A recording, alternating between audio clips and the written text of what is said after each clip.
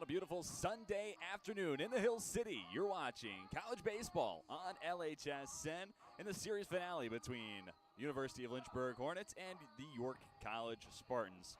York looking to even out their record at 2-2. Lynchburg looking for win number 8 in a row and for the series sweep over the Spartans. Thank you, everybody, for spending some time with us on your Sunday afternoon. TJ Wingert here with you to take you through all the action as we have the final game to be played in the series between the Spartans and the Hornets coming to you. We'll show you some of the stats and figures coming to today's contest, largely being made up by what we've seen over the last couple of games, specifically for York, as this is just game 4 of the season.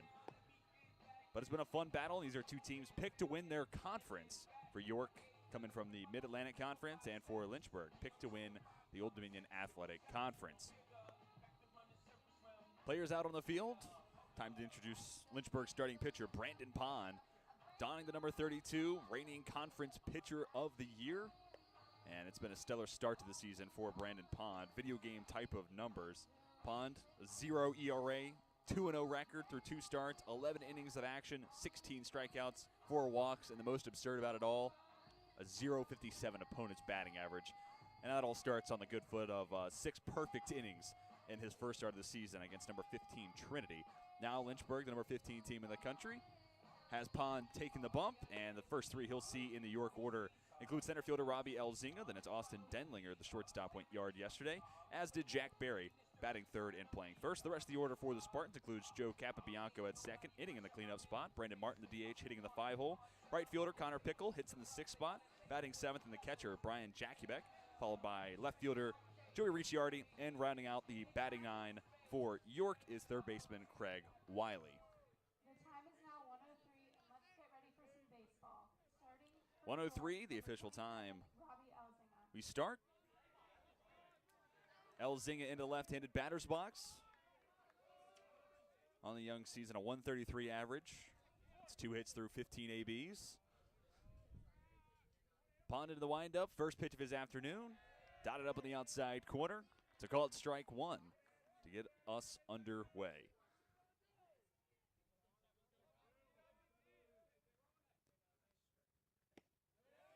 Oh, 1, same spot, same result. Pond out in front, 0-2. The battery mate today for Pond is Holden Fiedler. The rest of the infield from left to right has Gavin Collins at the hot corner, Ryan Long at short. PJ Alvano starts at second with Garrett Jackson over at first.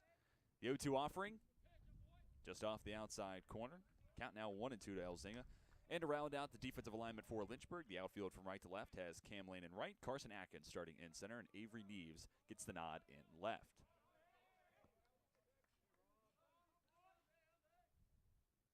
One, 2, just off the inside corner, count even at 2-all. It's a mostly cloudy Sunday afternoon, but 72 degrees outside. 14-mile-an-hour winds blowing south-southwest. If you're wondering where that is on the field, that's out towards right center field. Good day to be a left-handed bat against a righty in Pond. Elzinga fights this pitch off. Do it once more at 2-2. And the same could be said about the York starting pitcher, Stephen Hendricks, who we'll see in the bottom half of this inning. Tall right-handed arm. Sets up well for lefties like Cam Lane, PJ Alvanos and company. Another 2-2. Just off the outside black. Count runs full to the Spartans' leadoff bat. Lynchburg's taken the first 2 games in this series so far. 15-4, the win on Friday. Yesterday, 8-6 victory for the Hornets. Payoff pitch. Deposited into left field. Lands in front of Neves. And the leadoff man is on for the Spartans. Good start today for York, who threw 3 games. Currently second in the Mid-Atlantic Conference. With a 303 batting average. Also second in OBP at 400 even. Elzinga on. Presents good speed. We'll see him in center field in the bottom half of the first. Austin Denlinger steps to the plate now. About a 467 average for the first 3 for Denlinger. First pitch in for a called strike.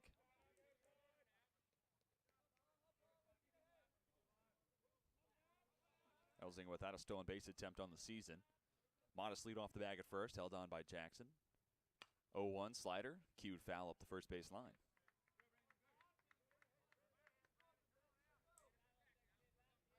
And to talk about the offensive numbers for York, on the other side, Lynchburg's pitching staff has been stellar to start this year. 3.67 ERA. That's second in the ODAC.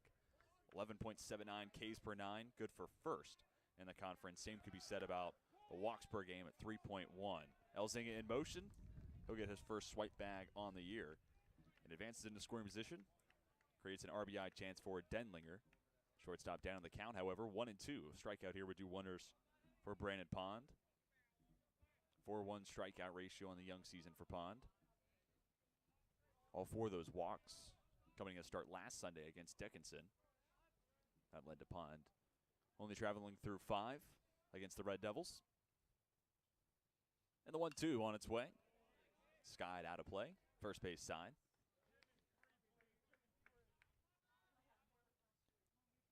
In yesterday's game, Denlinger goes 2 for 6. Pair of RBIs. Had a home run coming in the top of the third. A Denlinger dinger, you could say. Do the 1-2 one more time. Drops off the outside corner. Count even at 2-2. Now a trend starting for the first two batters for Pond. Gets out in front, both Elzinga and Denlinger. Count gets to an even status, and Elzinga picked up the base knock. Pond looking for a different result here against the York shortstop. Set at the chest. 2-2, chopped foul.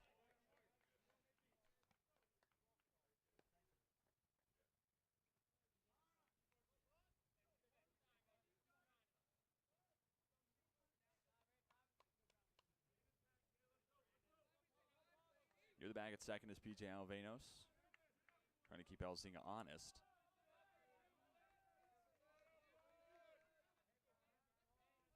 Slightly open stance for Denlinger. 2-2.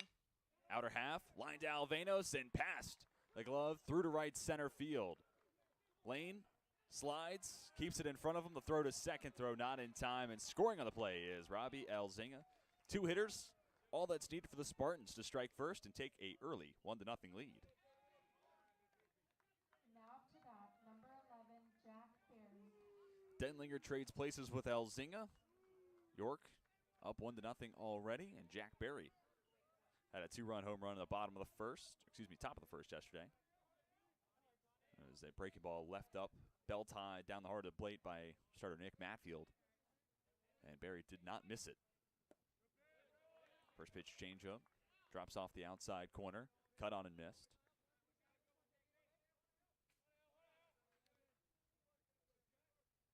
And talking more about the arsenal for Brandon Pond. It's a swing and miss, strike 2. But it's fastball, slider, changeup, curveball for Brandon Pond.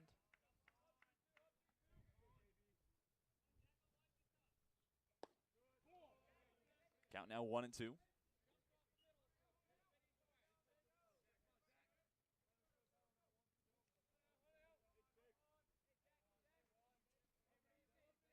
Berry and Denlinger, who's on its second preseason All-Americans. Tabbed by D3Baseball.com. Denlinger with the RBI double. Berry going to add on to his ribby total. Already got 4 on the season. 467 average coming into today's game. Pond got out in front in the count. Once again, even at 2-2. Patient approach. Berry now sits in a 3-2 count.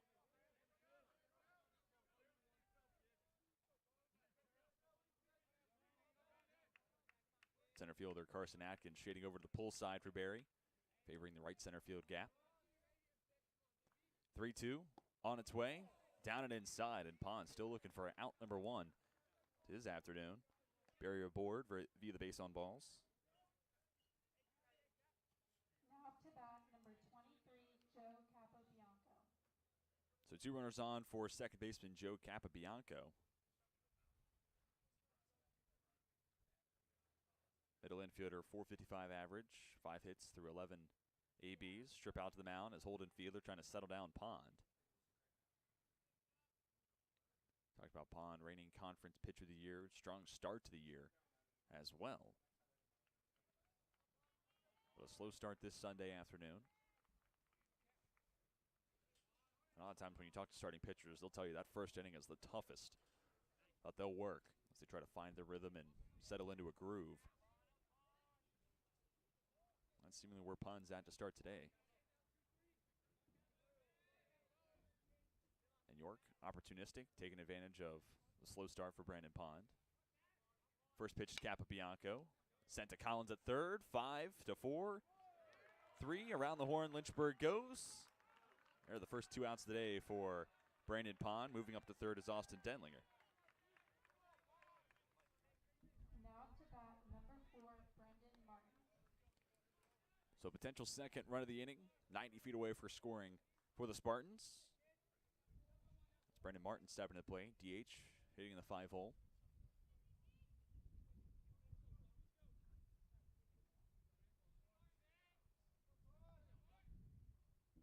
First pitch breaking ball. Crosses by in for a strike. So with 2 away, Martin has a chance to get his second RBI on the year. Just a 125 average coming into today's game. Pond set, goes back to the slider. Just misses off the outside corner. Talking more about Brandon Pond, spent this past summer playing in the Coastal Plain League, one of the premier college summer league conferences across the nation. That in the Northwoods, considered right there as the top competitors to Cape Cod League. And Pond in the Coastal Plain League played for the Tri-City Chili Peppers, Colonial Heights, Virginia. It was a chance for Pond to go toe-to-toe with Division I talent, and Pond certainly didn't look out of place, which is a great sign for what might be on the horizon for his career post-University of Lynchburg. 2-1 misses down and outside. Hitters count, 3 balls, 1 strike.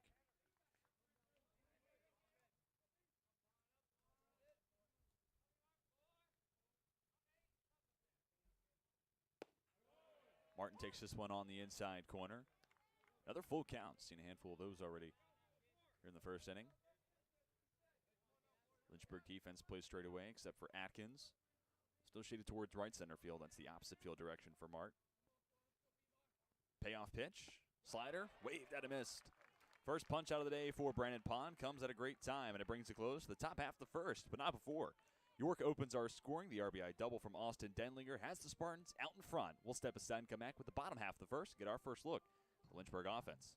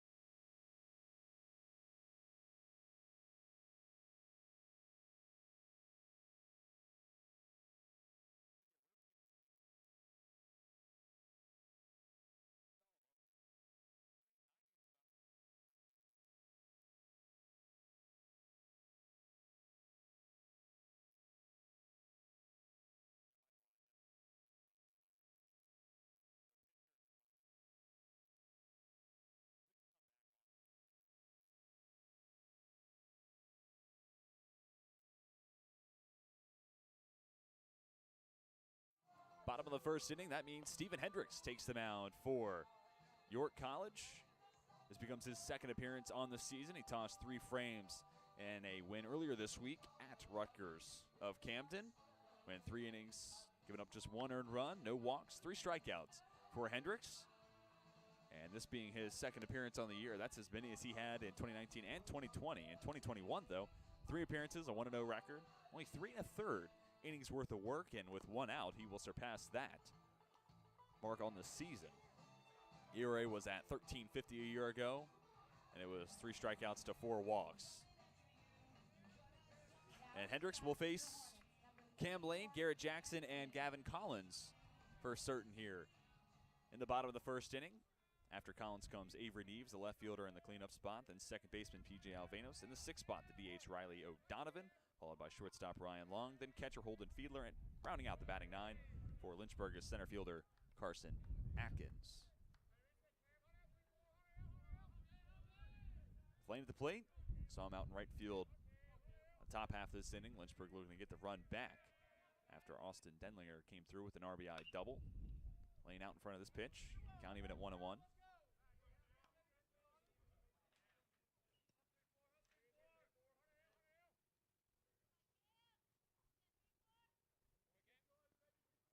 '11th start of the season for Lane. Averaged just below 300 at 294.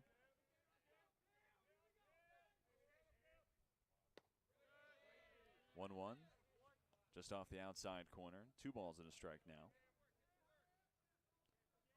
Lynchburg is a team currently 9th in the conference with a .273 average. 4th in on-base percentage, though, .424. Pitch high and outside. And a big part of that being Cam Lane. Talk about a .294 average. How about an on-base percentage just below 500? Even more staggering, that's 3rd best on the team. Avery Neves over 600. Carson Atkins at 525. 3-1, low and away.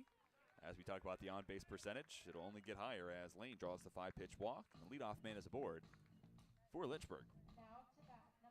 That brings Garrett Jackson to the plate. Jackson hitting from the right side. Average right around the same spot as Lane.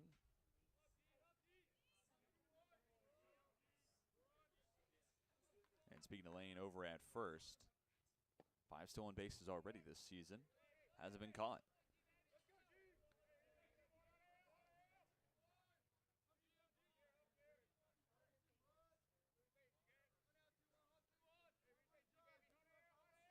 Hendricks, a senior, hailing from Elliott City, Maryland, 6'2", 240 pounds. Comes to the plate, Jackson sends it up the 3rd base line, but foul.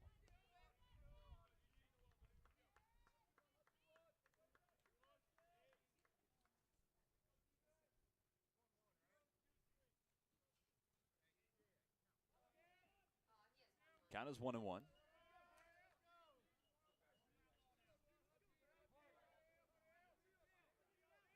Give you the defensive lineman for York. Battery mate for Hendricks today, Brian Jackiebeck. See him laying out into the left-handed batter's box. And keep the baseball in front of him. The rest of the infield from right to left has Jack Berry at first, Joe Capabianco at second, Austin Denlinger at short with Craig Wiley manning the hot corner. The outfield from left to right is Joey Ricciardi in left, Robbie Elzinga in center, and Connor Pickle in right, giving chase to this one deep into the gap. Jackson gives it a drive, and it's out of here. Garrett Jackson, 2-run shot, moves the Hornets in front, 2-1.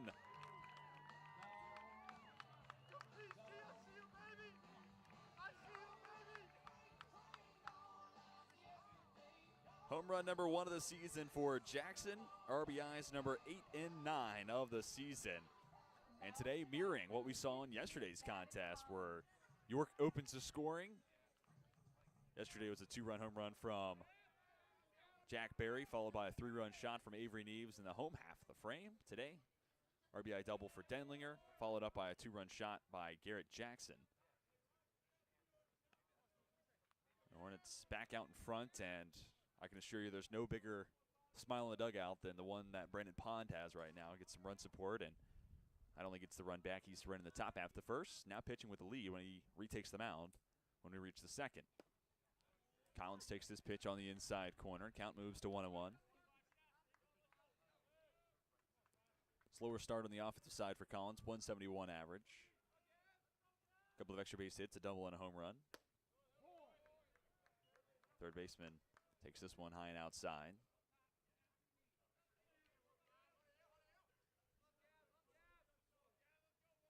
Collins went 0 for 5 in yesterday's win against York. Did come around to score once.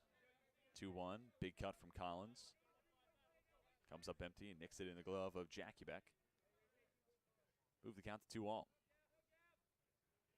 And despite the offensive numbers not following suit, Collins not afraid to take hacks. And I mean that in no way with disrespect. Breaking ball comes too far inside from Hendricks, and Collins will trot up the first base line via the hit by pitch. The first 3 to come to the plate for Lynchburg have all hit aboard safely. Number 30, Avery Neves. Talked about Neves, 3-run home run in the bottom of the first yesterday.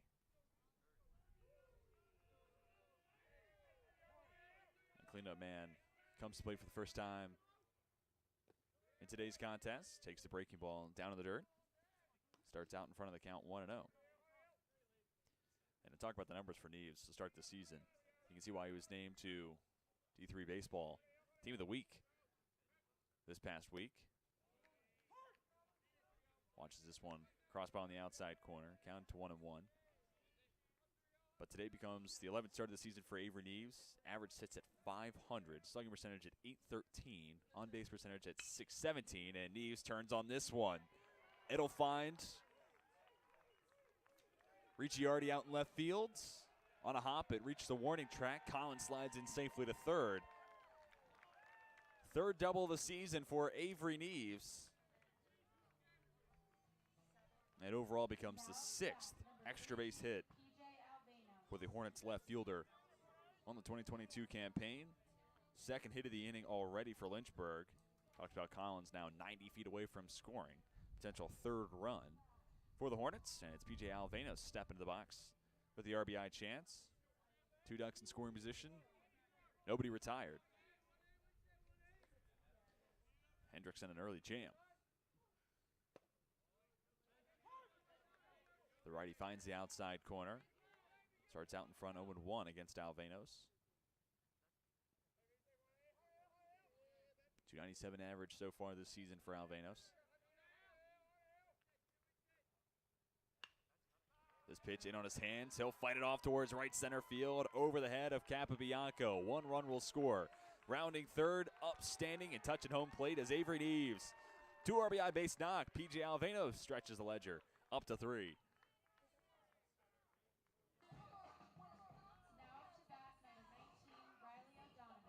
Well, the first 5 to come to the plate for Lynchburg have gone walk, 2-run home run, hit by pitch, double, 2 RBI single.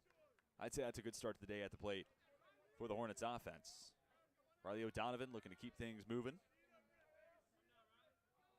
DH hits from the right side, takes a breaking ball downstairs. Donovan's second best average coming into this game, 400 even. Becomes the 7th start of the season. Seen O'Donovan behind the plate, also seen him in this DH spot. 1-0, cut out and missed. We talked about Hendricks. Pitched 3 1/3 last season. He'd be able to match that with 1 out here in the first, and he's still looking for that. All that to bring up a point. This is an interesting spot where York finds themselves having to use pitchers in larger roles this year, and that's something you'll see with a lot of college baseball teams. Obviously, changes year by year, but you look at Lynchburg, and you know Brandon Pond's your guy. You know he's your ace. Those roles are still set to be put in place for York. Still looking for where you can use certain guys. Who's your high-leverage closer, late reliever? Who's your Friday arm? Who can use on Saturday, Sunday, et cetera, et cetera. That's the advantage of non-conference baseball. You can find out who your top arms are. 1-2, elevated. They'll say O'Donovan went around. Strikeout becomes out number 1. O'Donovan walks back to the bench. Now it's Ryan Long. Number 4, Ryan Long. Stepping to the right-handed batter's box. Saw Long playing shortstop top half this inning.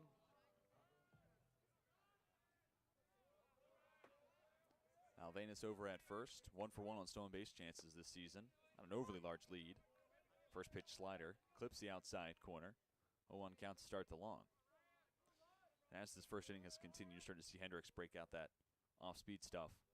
Earlier on in counts, seen a lot of first pitch breaking balls. This time it's a slider. And just like we talked about with Pond, sometimes that first inning for a starter can be the hardest to navigate beyond. Specifically locating your fastball. That's a pitch that takes some time, and you need to settle into a game before you can really feel comfortable with it. So now you see Hendricks start to go backwards approach. Attacks the inside corner. Makes the count 1-2 to Long.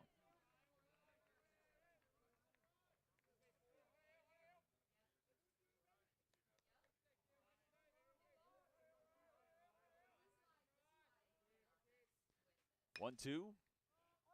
Sent to center field. Ranging to his left. Robbie Elzinga calls for it. Makes the grab for out number 2.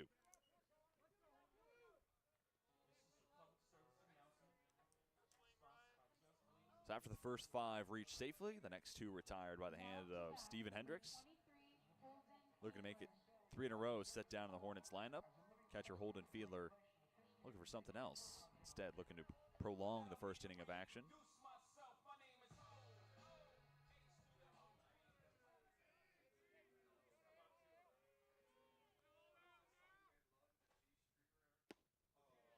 First pitch, breaking ball. History repeating itself there for Hendricks. It's a called strike 1. Fiedler just below the Mendoza line, 190 average for today's game. 4 hits through 21 official at-bats. Count even at 1-1 now. Going back to Hendricks, he's now pitched 3 2/3 on this season, and that becomes a career high. Just try to reiterate my point. A lot of pitching roles that have yet to be set in stone for the Spartans. The offense has been solid. I mean, we're only 4 games into the season now, 3+. Today becomes game number 4, but Spartans hitting over 300, OBP right at 400 before today's game. Get a run across in the top half of the first. If you're at the pitching staff, and I think this York team's going to be in a good spot. Not only the rest of today, but about the rest of the season. You can see why they got 7 of the 9 first place votes Mid-Atlantic preseason poll. Hitters count 3-1. Fiedler sends it to short. Diving stop for Denlinger. Toss to second. In time. Fielder's choice, 6-4. Good for out number 3. 1 runner left on for Lynchburg, but not before 4 runs come across. Starting with a 2-run shot from Garrett Jackson, followed by a 2 RBI single from PJ Alvenos. We made it through 1. Lynchburg ahead, 4-1. We're stepping aside and coming back. Top of the second.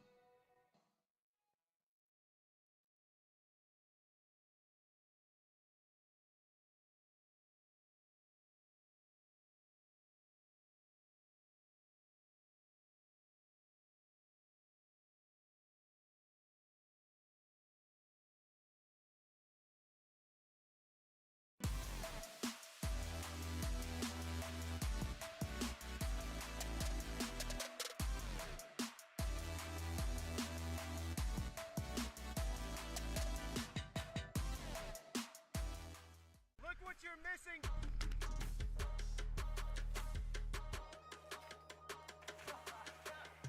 It really don't matter to me. I'm just happy to be here. I might go crazy.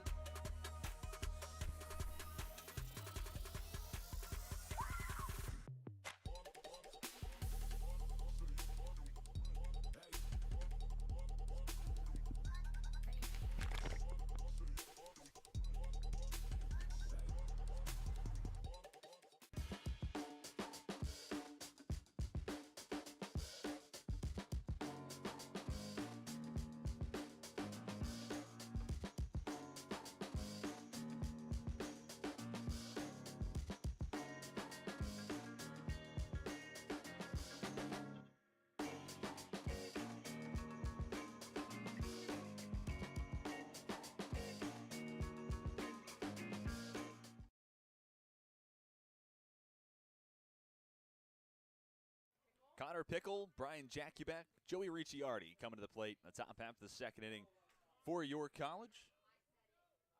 And after throwing 27 pitches in the first inning, Brandon Pond looking for a smoother second frame of work.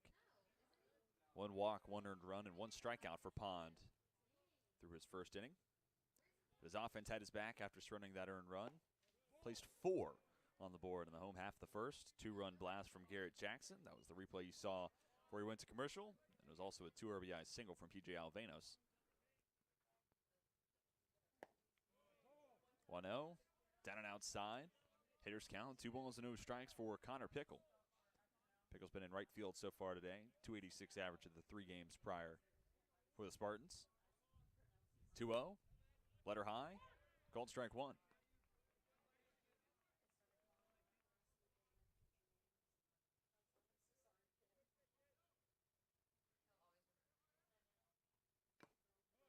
Nicked in and out of the glove of Fiedler. Count moves to an even 2-2.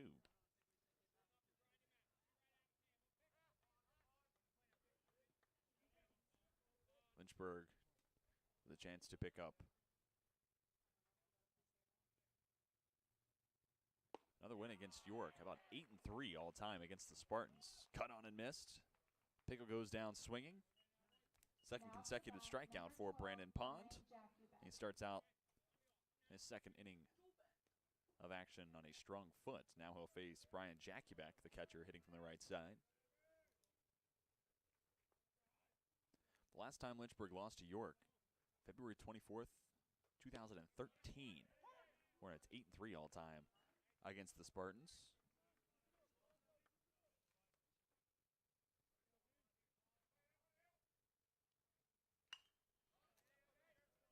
Skied foul, first base side. Count now 0-2. Chance for Pond to make it 3 consecutive punch-outs.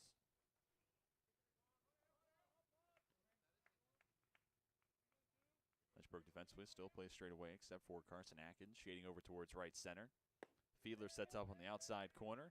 Breaking pitch just misses off the outside edge.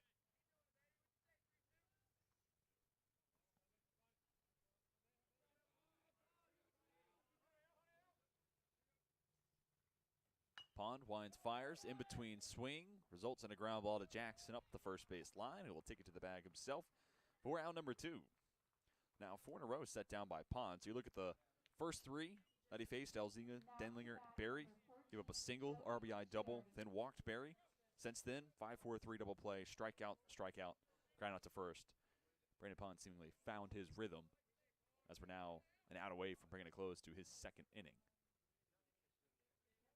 First pitch on the way to Joey Ricciardi. On the outside corner, called strike 1.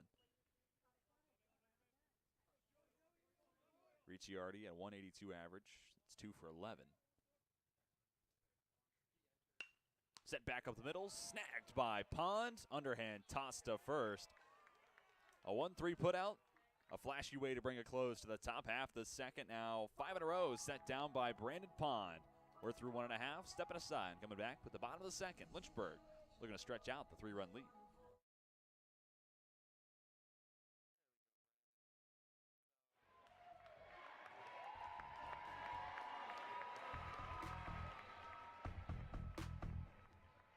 If I'm walking around over on the crowd side, I always hear someone yelling, "Hey Nat, take our picture. Hey Nat, get this," or something, or "Hey Nat, you got that shot?" Like, so I'm always like trying to photograph the crowds and my friends calling my name.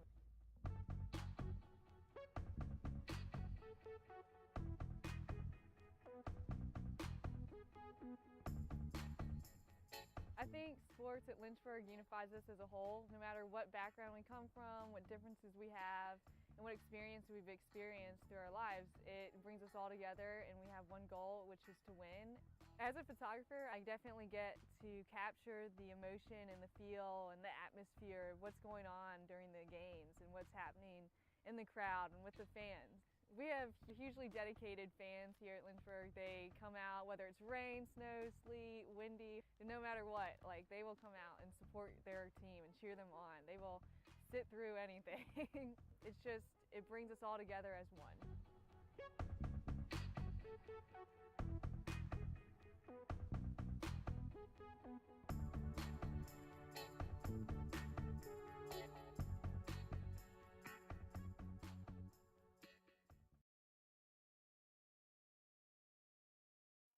Bottom of the second inning brings 9-1-2 to the dish for Lynchburg. That's Carson Atkins, then Cam Lane and Garrett Jackson return to the plate for a second time in as many innings.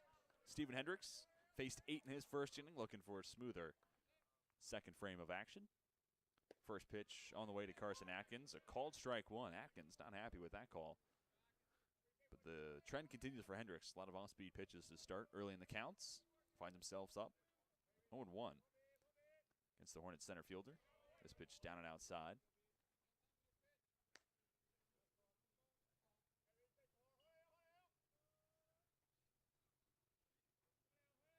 .387 average so far on the season for Carson Atkins. A couple of doubles, a triple, and a home run to go with it.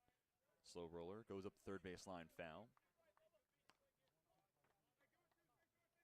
And you look at modern baseball, this hitter in the 9 spot serves as that secondary leadoff for situations just like this. And Atkins been swinging it so well to start the season for Lynchburg.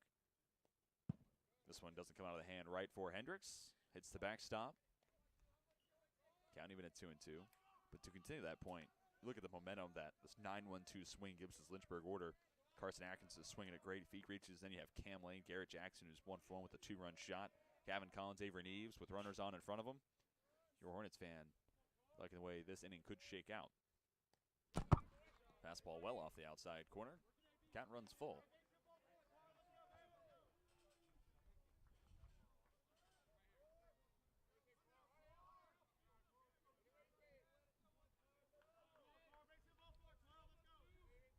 Payoff pitch on the way. And Atkins draws the walk. Hendricks got ahead in the count to start, but unable to put away patient center fielder. Second walk issued by the York starter. Lineup card turns over, and Cam Lane looking for his first official AB as he drew a walk, came around to score in the first.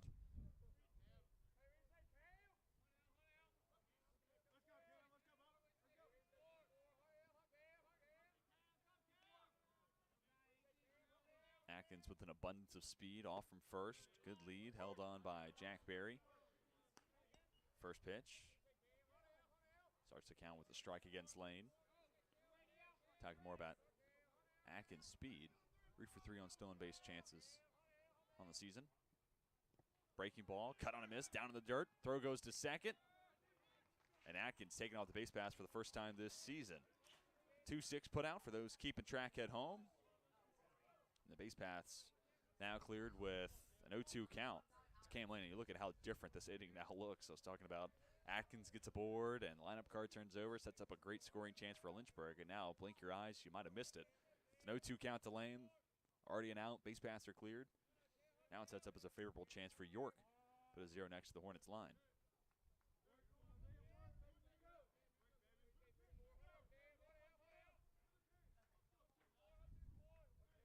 Oh-2. Cut on and missed. Second strikeout of the day for Steven Hendricks. And now 2 away in the home half of the second. Brandon Pond pitched a 1-2-3 top half. And Hendricks, he's able to set down Garrett Jackson. Would be able to do the same through a different means after he walked Carson Atkins as the leadoff man. Had some help from his defense, but still facing the minimum. Always the goal for a pitcher. Breaking ball downstairs. Jackson ahead in the count 1-0. Talked about the long ball for Jackson. First dinger of the year. Now got 9 ribbies on the season. 1-0, ventures too far inside. 2 balls, no strikes.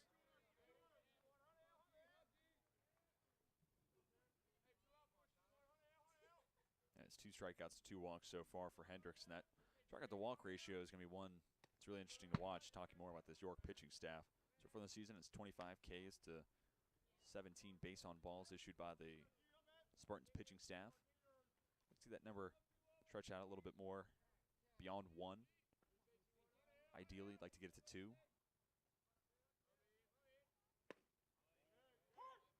3-0 on the inside corner for a called strike 1. That's one of those stat ratios you can look at it and tell how good a pitching staff is going to be. A little slower start so far in the season for the Spartans. Not easy taking on Lynchburg as 3 of your first 4 games. This becomes a 5-pitch walk to put Jackson on at first. And that becomes the third base on balls. And the reason I brought this up is basically where we are right now. 2 strikeouts, now 3 walks issued by Hendricks. Right around even with one another. And that's going to be the case then. Advantage Lynchburg. This is a team that wants to get runners on. Start to slow down the offense, the momentum that follows suit. Lots of big bats. Already seen home run from Jackson yesterday. Avery Neves going yard. I'll have to say, if you give up free bases against this Lynchburg order, big bats will make you pay. 1-0 to Collins. Breaking ball off the end of the bat. Sent to right field. Pickle with a beat on it. Makes a grab for out number 3. It's the minimum +1 in the second inning of work for Steven Hendricks. That runner left on in the form of Garrett Jackson. We've made it through 2, 4-1. Your score from Fox Field.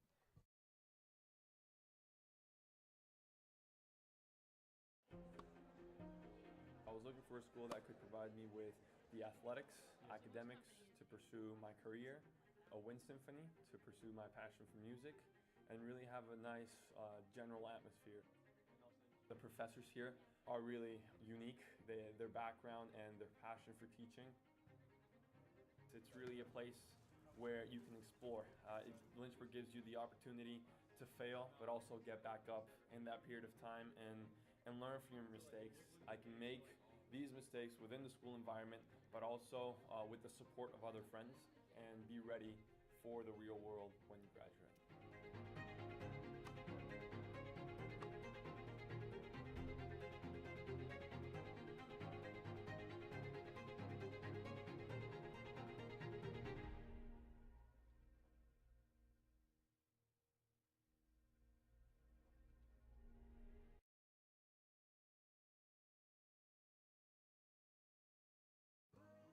Time for the third inning of action between the Hornets and the Spartans. Another frame for Brandon Pond to work through. He'll go toe-to-toe with 9-1-2 for York. That's Craig Wiley, then Robbie Elzinga, and Austin Denlinger. So now conversation continues about this 9-1-2 portion of an offensive order. We talked about it bottom of the second, how that sets up a good spot for Lynchburg. And favorable beginnings, right? You get the walk from Carson Atkins. The rest of the inning kind of deflates from that point onward. Wiley shows bunt. Gets it up, third base side. Pond fields, the toss to first in time. On back-to-back plays, Brandon Pond fielding his position. It was a hot shot back to the mound from Joey Ricciardi. That resulted in a 1-3 putout, good for out number 3. And then here to start the third, the bunt from Wiley. Pond ranges over and makes a good throw to first to retire Wiley for out number 1. Now 6 in a row set down in the Spartans' order by the right hand of Brandon Pond. He'll face Robbie Elzinga for a second time. Finds the outside corner, leads the count 0-1. Gavin Collins playing out in front of third base, especially with a left-handed hitter in the box. Already seen 1 bunt. Rare to see 2 in a row, but at the respective speed of Elzinga. Back up the middle, Alvanos with the backhand, toss to first, not in time. Elzinga had an infield single in the first inning of yesterday's game. And he's got another one today. Elzinga now 2 for 2 Now up to bat, number 5, on his Sunday Austin afternoon. Denlinger. Back to the plate is Austin Denlinger. RBI double. He's responsible for a lone run on the board. It was Elzinga coming around, scoring the play after he stole second.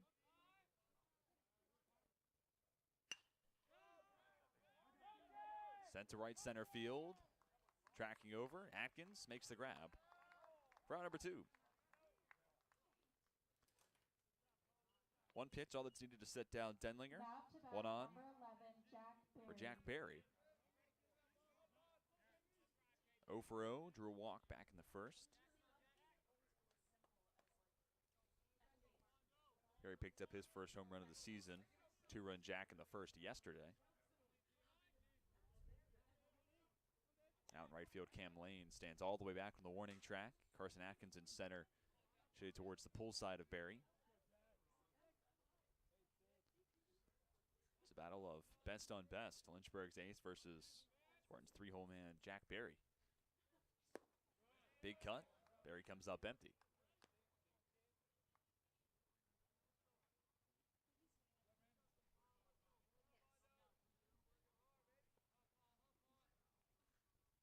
Wind still blows hard out towards right center field. Another throw to first. Pond paying very close attention to Elzinga.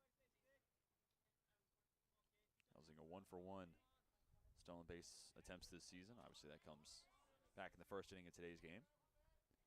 0-1. Misses off the outside corner.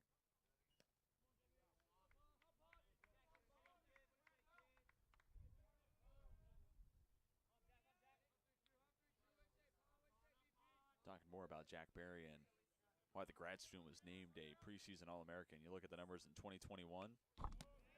Ooh, they were pretty good. 404 average, 19 home runs, 53 RBIs, slugging percentage at .882. The next best in his career was .590 back in 2018. So talk about type of production he gave the Spartans offense. It was a ton of it. Runner takes off, and that pulls long away from his normal spot at short. Rounding second on his way to third is Elzinga. It's a 2-out single for Jack Berry. Puts runners on the corners with 2 away for Joe Capabianco.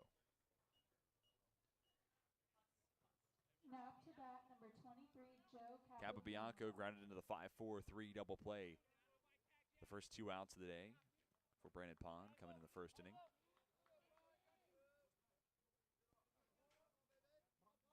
Capabianco with a hit in each of the first 3 games played this year for York. Coming off a .340 season, 500 slugging percentage. Had 28 RBIs to go with it. Breaking pitch, located on the outside corner.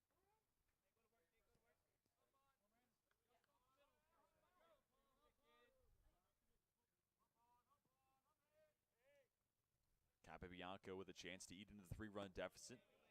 Takes the fastball down below the knees. Count moves to 1-1. That was pitch number 47 of the day for Brandon Pond. They'll need a couple of quick innings. Got to go deep into this contest, otherwise we might see another 5-inning stint for Pond. Lynchburg has plenty of arms to go to in the bullpen. So it's not necessarily an issue if Pond can't travel deep, but for the sake of getting to see the reigning conference pitcher of the year, throw a little bit more, appreciate what he brings to the table. I'm sure many Hornets fans like to see him go beyond 5. 1-2, misses away. 2's across the scoreboard, 2-2 count with 2 away. Holden Fielder takes a moment, steps out adjacent to home plate, relays first and third signs. Barry does not have a stolen base attempt on the year. This could be a spot where you try to force the Hornets to make a play, or at least a decision. 2-2, ball off the outside corner. Pond frustrated after that pitch. This has been a common theme we've seen throughout the first now 2 2/3 for Pond. He's been able to get ahead in counts, but putting hitters away, easier said than done. That's been the struggle today for Pond. Payoff pitch, line to left, down in front of Neves. Big 2-out RBI base knock for Joe Capabianco. That makes it a 4-2 game. Now to bat, number 4, Brendan Martin. Advancing to second is Barry. Capabianco aboard at first. That becomes the first RBI on the season for the Spartan second baseman. 2-on-2 away for Brandon Martin. DH 0 for 1 with the strikeout. In between swing, Martin goes around. No 1 count to start.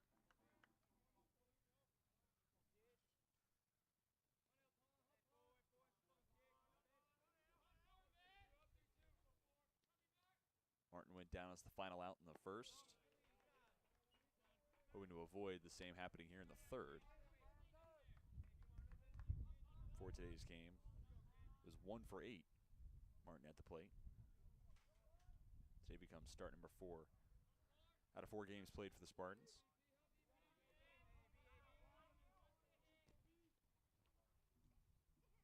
Glance to second. Pond then deals the plate. Misses outside with a heater.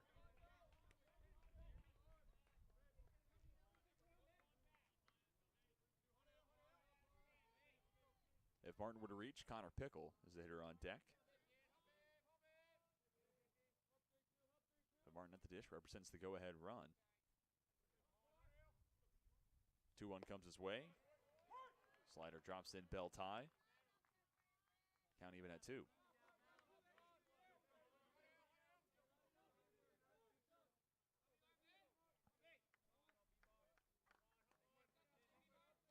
Either runner being held on.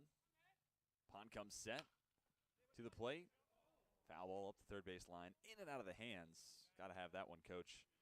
That's 11th year head coach Mike Scappa up the third base line, donning the number 19. He's the fourth head coach, in program history.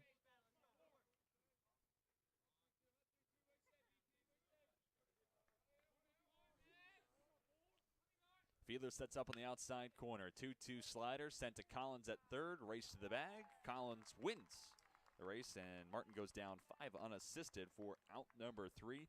2 runners left on, but 1 more run pushed across via the RBI single coming from Joe Capabianco to make it a 4-2 game. We're stepping aside, coming back with the home half of the third from Fox Field.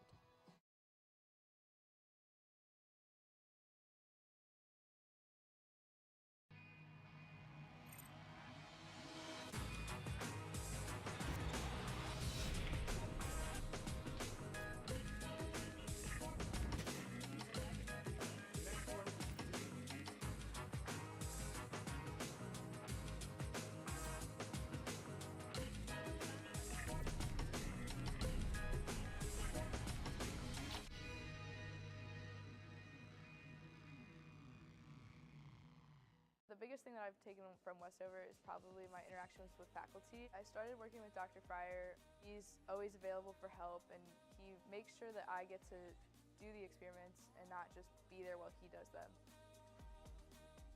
I didn't want to limit myself when I came here to just taking the prereqs for med school. I wanted to get a full, well-rounded education, and I definitely found that in the Westover program.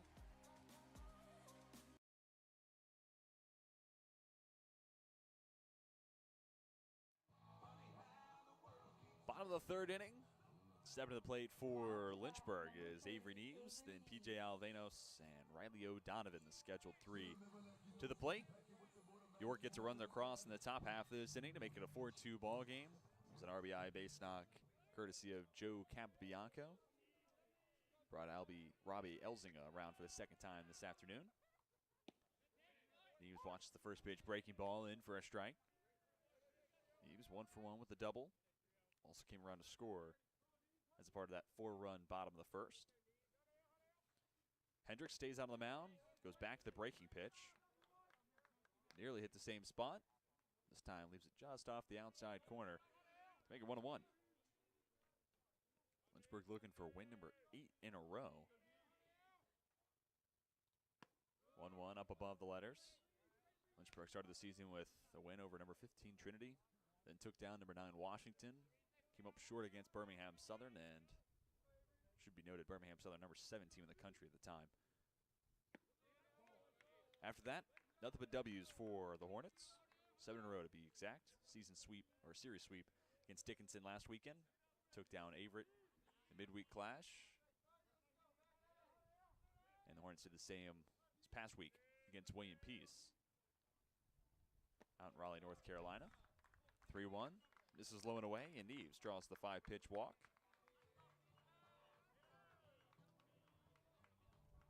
And how about this for a trend? All 3 innings for Hendricks. The inning has started with a walk. Leadoff walk given to Cam Lane in the first. It was Carson Atkins drawing the base on balls in the second. He was then caught stealing for the first out in that inning. And now it's Avery Neves aboard with the free pass. Lynchburg looking for more of what we saw in the first rather than the second. Trying to take advantage of this opportunity. First pitch swinging, Alvenos chops it to Barry at first. He'll touch the bag, throw to second, tag applied by Denlinger. 3-6 double play. Base pass cleared, 2 down for Hendricks.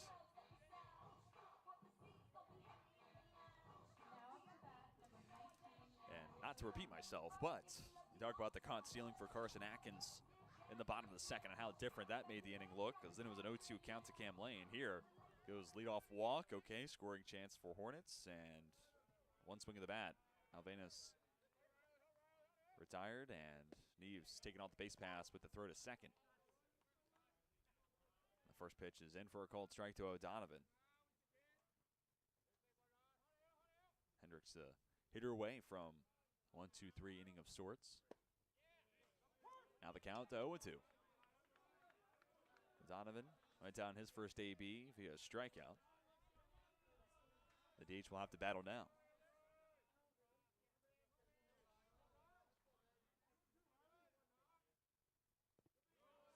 Breaking ball down and inside, blocked up by Jackie Beck.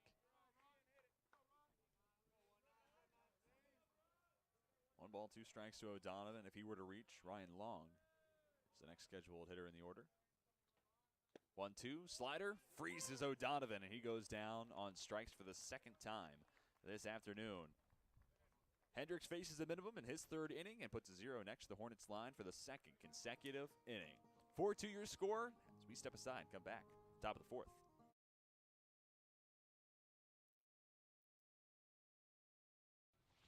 Hi, Mara Willis. How are you? Pretty good.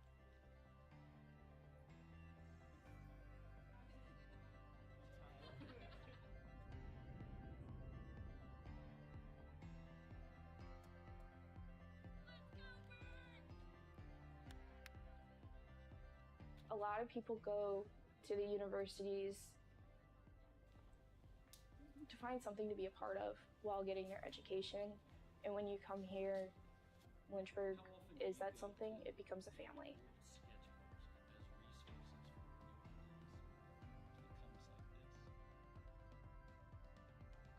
It doesn't matter how long ago you had your professor, they still remember you and they remember all of the hard work that you put in.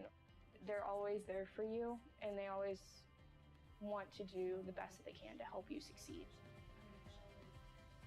Here you learn how to love one another regardless of what's going on or what you believe. You leave here better than what you came in. It's what this school's really good at doing.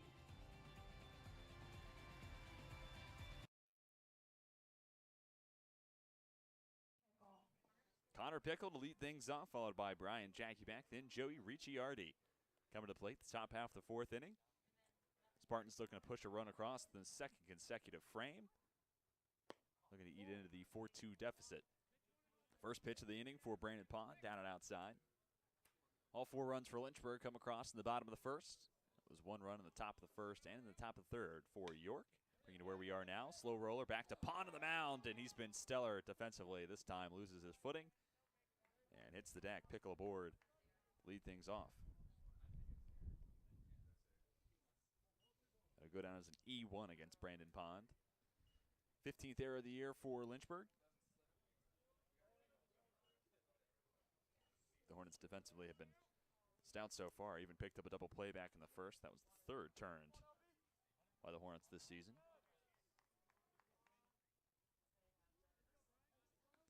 So Jackie back to the box, 0 for 1, grounded out to first as the middle out of a 1-2-3 second toss by Pond. Throw to first, Pickle back in time.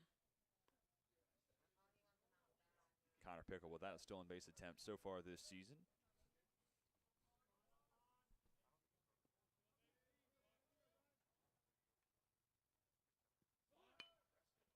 Bunt laid down by Jackyback. Collins charges in, makes the throw to first.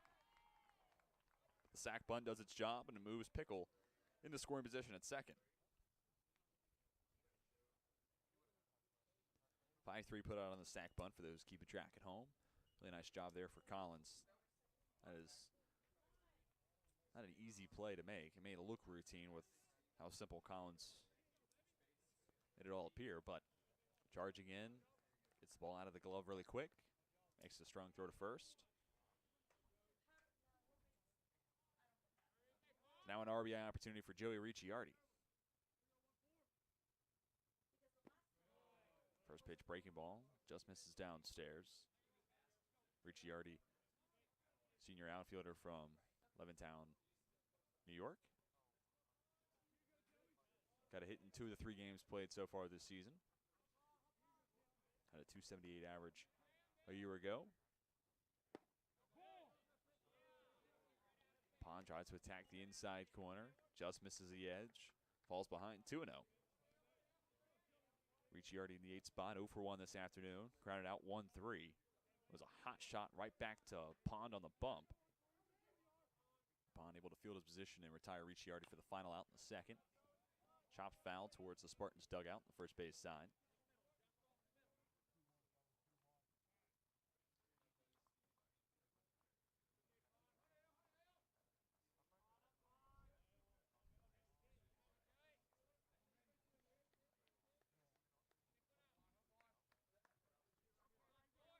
Ricciardi, one of 4 left-handed bats in the lineup today. It's been a common theme throughout the weekend. Line to second, Alvanos fields it off a hop, toss to first in time. And because baseball stayed in the air so long, you freeze on line drives if you're a runner. So Pickle unable to advance on the play. Actually a little bit of a fortunate soft line drive sent to second. Works out in the favor of the Hornets. Keeps the runner at second, now 2 away, and Craig Wiley to the dish, 9-hole man, Pond. In this situation, you want to set down the 9-hole hitter and avoid seeing top of the lineup in an RBI chance. Slider, low and outside.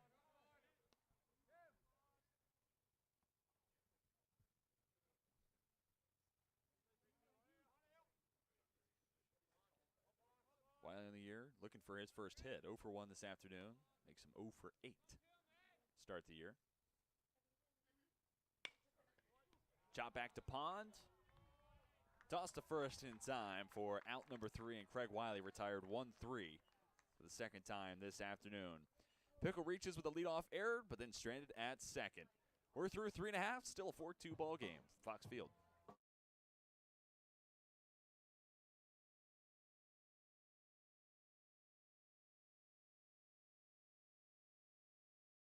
My name is Jen Hyde. I graduated in 2018 and I got my major in philosophy, political science, and I minored in human services.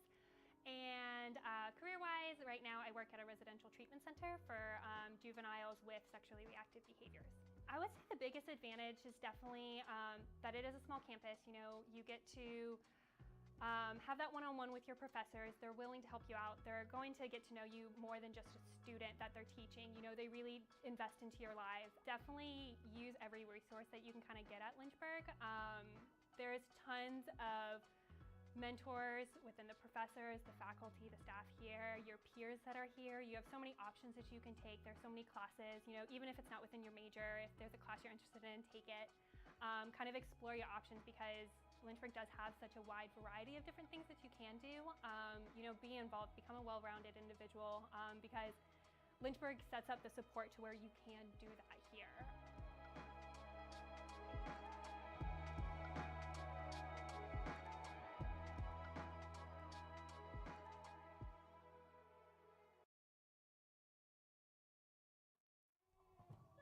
We've seen a number of these 1-3 putouts. This is the most recent.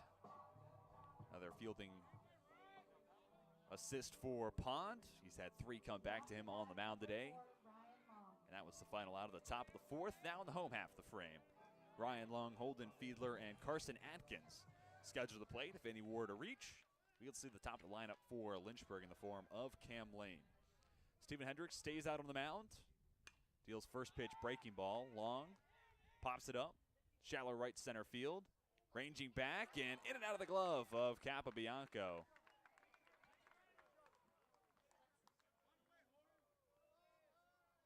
E4 has Long aboard at first base. 6th error of the year for the York defense. Now to bat, number 23, Holden Fiedler. So now both sides with the fielding mishap. They both also have a double play, so we've seen the good and the bad, and plenty in between. Holden Fiedler returns to play, grounded into a 6-4 inning-ending fielder's choice. Bring it close to the first. Fiedler shows bunt, brings it back. Breaking ball called strike 1 on the inside corner.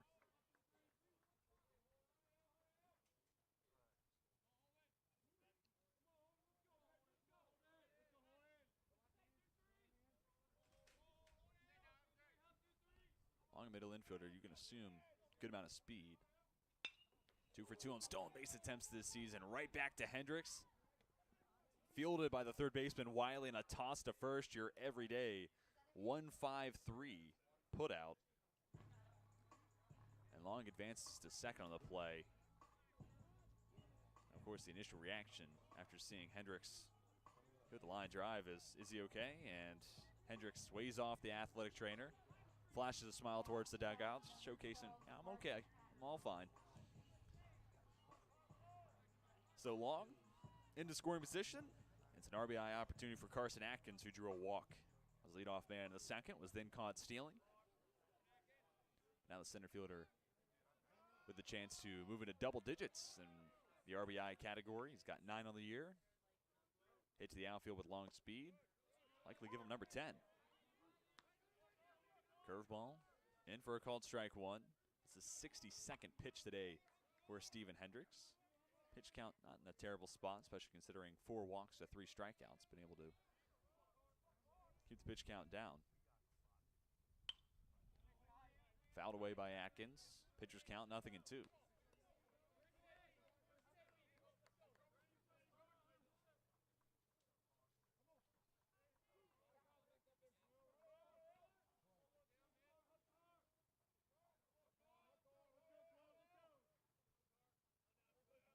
Mostly cloudy afternoon here in Lynchburg, right around 74 degrees right now. Wind blowing hard out towards right center field. This pitch behind Atkins to make it a 1-2 count. All out to say, yesterday afternoon we were treated to a beautiful afternoon for baseball, and that has carried over into today. 1-2. pumped past Atkins. Third strikeout for Steven Hendricks. Excuse me, fourth strikeout for Hendricks. Lineup card turns over. The RBI opportunity falls to the shoulders of Cam Lane. Lane 0 for 1. Walks, came around to score in the first, then struck out in the second. Lynchburg been held quiet after that 4-run bottom of the first. Chance to get back into the scoring column. First pitch to Lane, misses low and away. You look at yesterday's game. Lynchburg able to score in 4 of their 8 chances at the plate. 3 in the first, 2 in the third and fifth, and then one more run of insurance comes around in the bottom of the 8th. Breaking ball, high and outside. Meanwhile, on the other side of the same coin, Steven Hendricks put a 0 next to this Lynchburg line for the 3rd consecutive inning. Got a run across in the 3rd, only down by 2. You keep the door ajar and keeping the comeback very much alive. As the Spartans look to avoid the sweep this afternoon. 2-1, breaking ball, slips under the bat of Lane to make it 2 balls and a strike.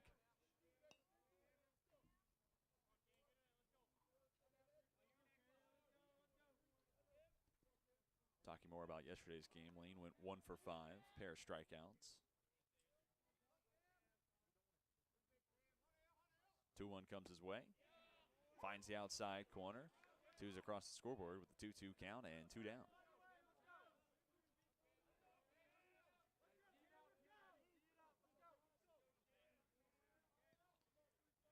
Big pitch inbound for Hendricks. Chance for strikeout number 5.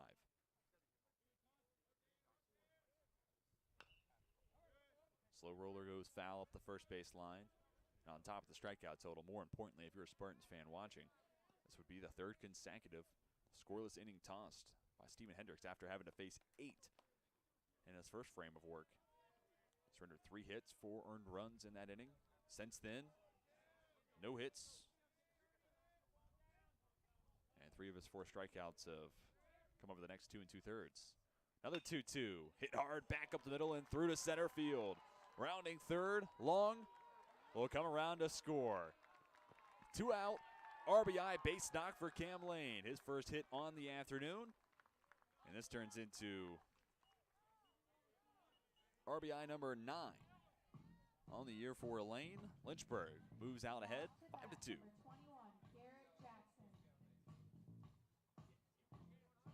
That run will be unearned as Long reached via an E4. Lane on at first with plenty of speed. Garrett Jackson returns to the plate, 1 for 1. Walked his last time up. First pitch is in for a strike.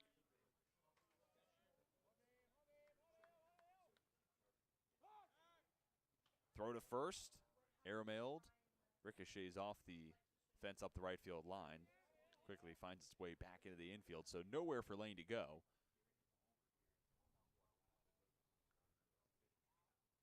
Those throwovers, you got to be careful if you're a pitcher. The fence is really short up the first base line, and if it goes out of play, moving up runners freely across the diamond. Now we're trailing by 3. Free passes and unforced errors make the comeback effort that much harder to pull off. Hendricks could pitch away from holding the damage at 1 run. Ahead in the count, 0-2 to Jackson.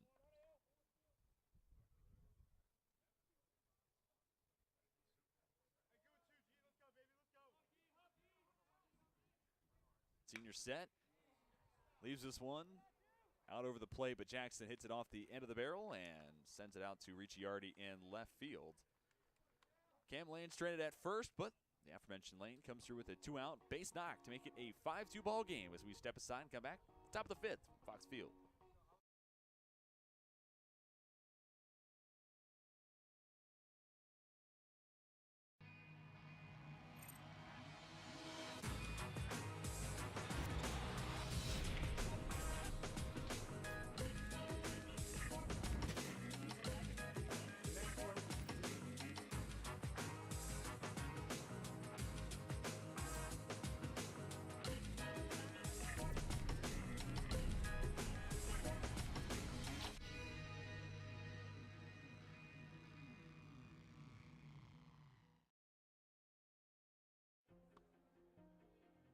for a school that could provide me with the athletics, academics to pursue my career, a wind symphony to pursue my passion for music, and really have a nice general atmosphere.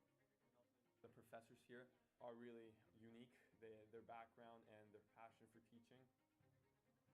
It's really a place where you can explore. Lynchburg gives you the opportunity to fail, but also get back up in that period of time and learn from your mistakes. I can make these mistakes within the school environment, but also with the support of other friends, and be ready for the real world when you graduate.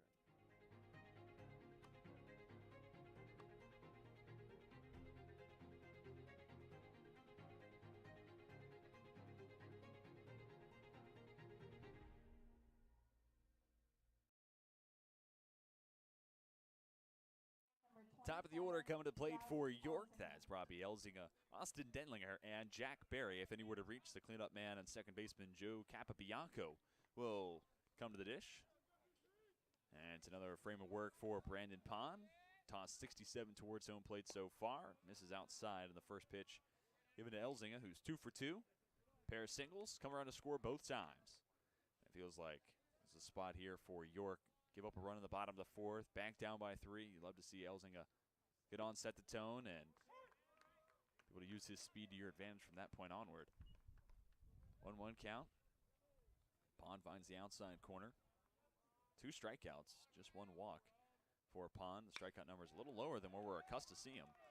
Elzinga continues to have a great afternoon. Base knockout towards right field. Bumps up the Spartan center fielder to 3 for 3 on the day. Now to bat, number 5, Austin. We've already seen Elzinga in motion this afternoon. Something that Holden Fiedler, Brandon Pond will have to be conscious of as Austin Denlinger returns to the plate. 1 for 2, RBI double in the first, then flew out to center his last time up. First toss to first base. Elzinga back in plenty of time.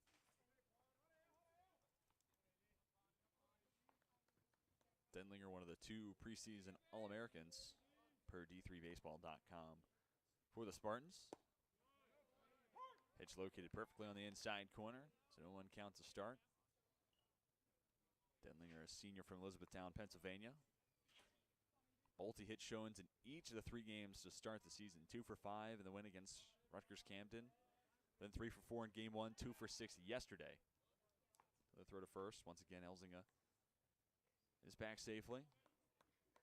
And to continue to sing the praises of Austin Denlinger, his lowest career batting average, 358 in 2019. And it was 395 in 2020, 386 a season ago with 19 home runs and 48 ribbies. Denlinger underneath this one. It'll stay in the infield. Underneath it is Alvanos. The catch is made for out number 1. Now to bat, number 11, Jack Barry. 1-on-1 down for Jack Barry, the first baseman, 1 for 1. The walk and a single.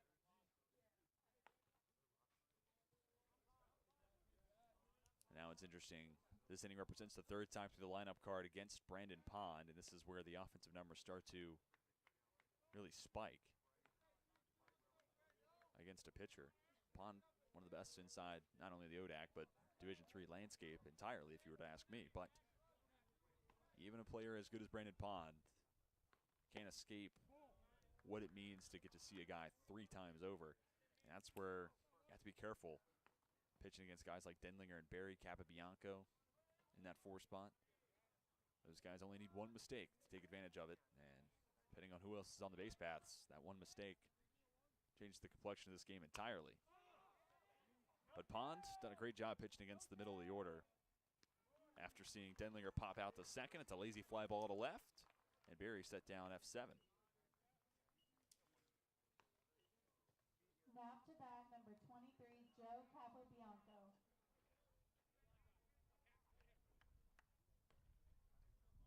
So after the leadoff single from Elzinga, he's still on at first. Capobianco will come to the plate this inning.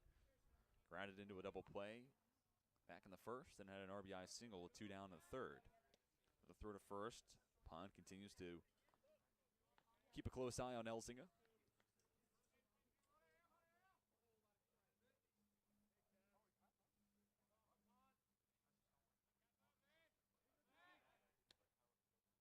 throw over. Once again, Spartan center fielder back in time. 37 starts a season ago for Capobianco. Held a .340 average, 28 RBIs, OBP just below 400. Fastball inside corner, called strike one. That .340 average comes on the heels of a 2020 season where Capobianco hit just .167. Another one of those upperclassmen in the starting lineup for the Spartans. Yet another senior. Big cut. Capobianco comes up empty. Now trails 0-2 against Brandon Pond.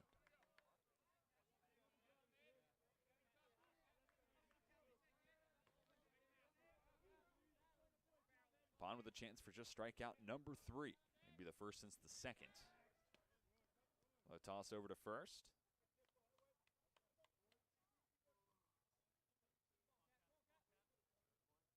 With Elzinga's speed, you have to be careful with where you go with this potential strikeout pitch.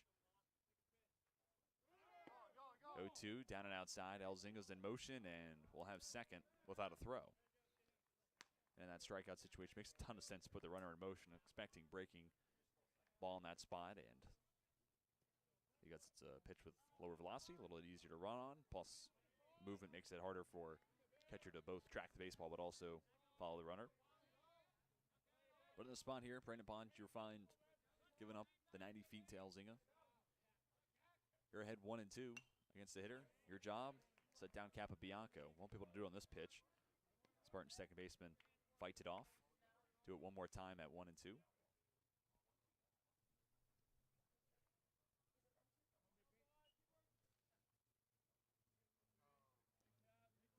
That being said, Capobianco came through with a 2-out base knock. Drove home a run his last time up. Looking to do the same here in the top of the 5th. Down and outside. Popped up and will reach the backstop. Wild pitch moves Elzinga up to third. And that brings me back to the point I was trying to make when it was an 0-2 count. And ultimately Elzinga stole on the slider that missed the zone low and away. But in this spot, you have to be careful with what pitch you go to because wild pitches obviously allow the runner to advance free 90 feet. But also pitches down the dirt. Routine for pitchers to try to lean on those and try to miss bats. Now a 3-2 count with 2 away. Potential third run of the day for the Spartans, 90 feet away from scoring.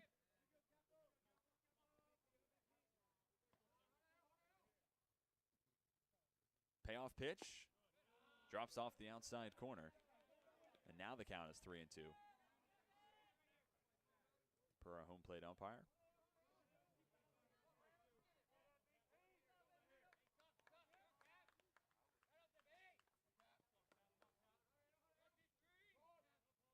Fiedler sets up on the outside corner. Now the true payoff pitch. Slider misses away. Capobianco draws the walk.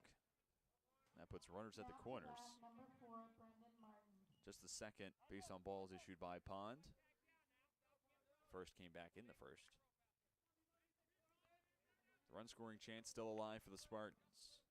Brandon Martin looking for his first hit of the day. 0 for 2 with a strikeout and a ground out to third. Each of those 2 times that Martin was retired was for the final out of the inning.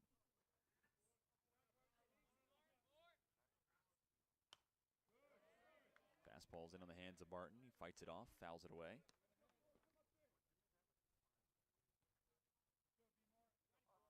Talked about this last time Martin was up, but still looking for his first hit of the season.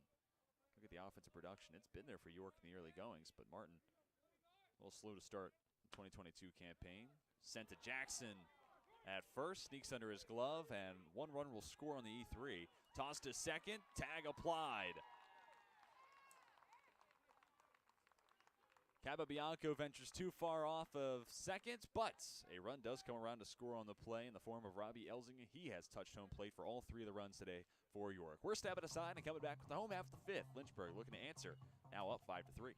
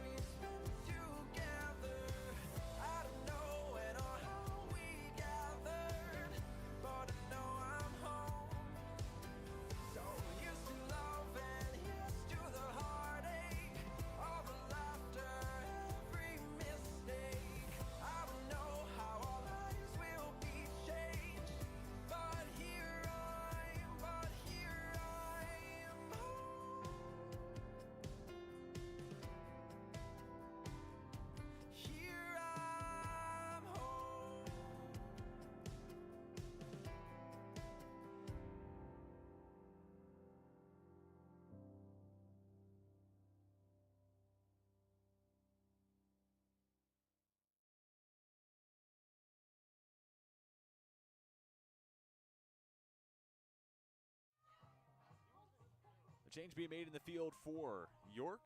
Stavon Reed taking over in right field. This comes on the heels of the Spartans push across a run to make it a 5-3 score. Just to recap it, just in case you missed it, it'll go down as an E3 that puts Martin aboard at first, and that allows Robbie Elzinga to score from third on the play.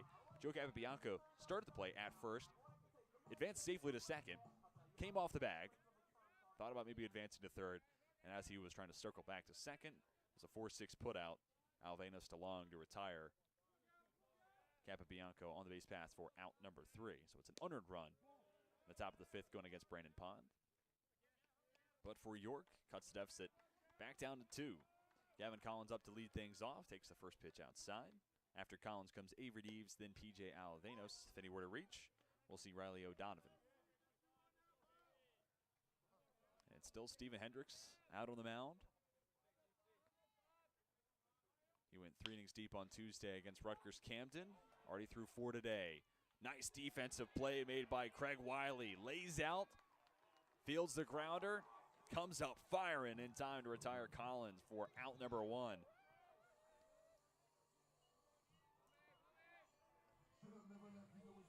Web jam type of moment for Craig Wiley. And the defense helps Hendricks find the first out of the 5th.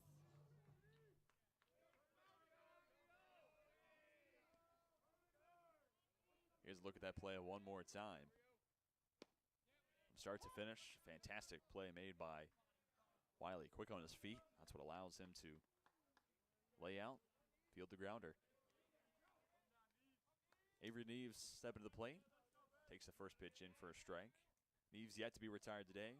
Doubled, came around to score in the first. Then drew a walk to lead off the 3rd. Hendricks misses low.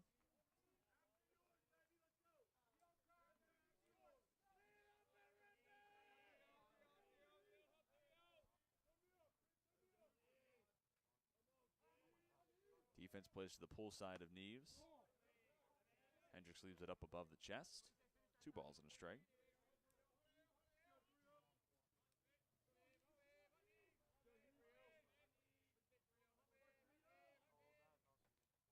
Right on right, 2-1 pitch. Just misses low. 3 balls and a strike. This is a precarious spot to find yourself in if you're a pitcher. Down to the count 3-1. You don't want to issue a free pass, but at the same time, you do a whole lot worse than giving Neves 90 feet. Breaking pitch in for a called strike 2. Potential crisis averted. Now it's a strikeout opportunity for Hendricks. This could be punch out number 5. The same note.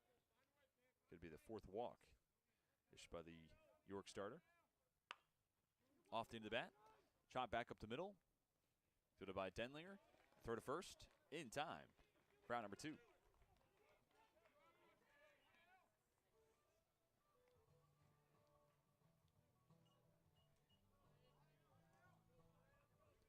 Now 3 in a row retired by Hendricks. Looking for a 1-2-3 inning.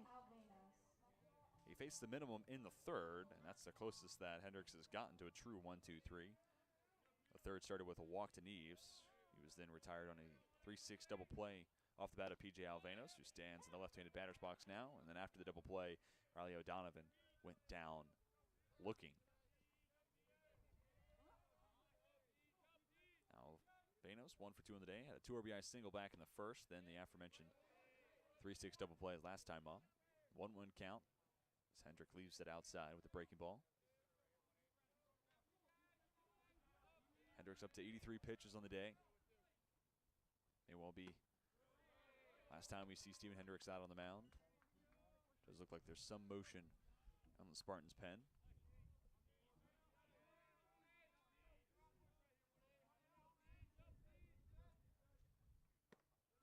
Backdoor slider.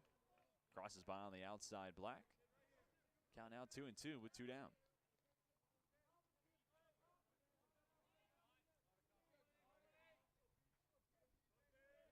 Hendricks into the windup. Has the changeup drop off the outside corner. Now 3-2 to Alvenos.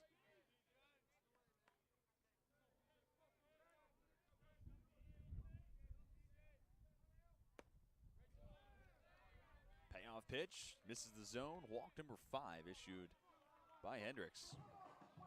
And York starter still in search for his first 1-2-3 inning on the afternoon. We'll see if he trots back out in the 6th. Focus now to get through the 5th.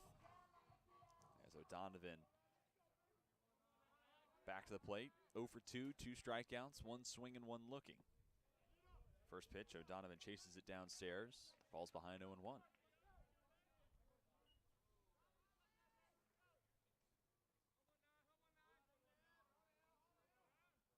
O'Donovan, the prior 6 games played, only had 4 strikeouts. Already added 2 more this afternoon. This one's chopped to Denlinger, who will toss to second with Capabianco covering the bag. 6-4 fielder's choice. Turns into out number 3, and it strands no runners on the base paths. And another 0 put next to the Lynchburg line. 3 zeros up through the last 4 innings. Pitched by Stephen Hendricks. We're stepping aside as we made it through 5. Coming back with the top of the 6th between the Spartans and the Hornets on LHSN. Lynchburg really stood out for me just because of the way it treated its students. They really do make an effort here, and I've learned that over my 4 years is that they actually do try to listen to what the student body wants, and they try to act on that. They don't really just give you a piece of paper here to go off and do your own thing. They actually prepare you to work with different populations, which is what the world is all about. It's just working with people that are different than you. They genuinely care that everyone has the ability to go off into the world and make a difference with whatever they like. For me, that's just being basically in a room with someone helping them achieve their first goal of, I don't know, doing a pull-up. I actually do believe they want you to do the best you can to change someone's life for the better. You can be anyone here, which I think is really cool. But regardless of who you are here, they will make sure you don't fall through the cracks, which is awesome. I have realized that I've never felt lost here. I will not regret ever coming here, that's for sure. So I'm very glad that I came here. Yeah, it's actually pretty awesome.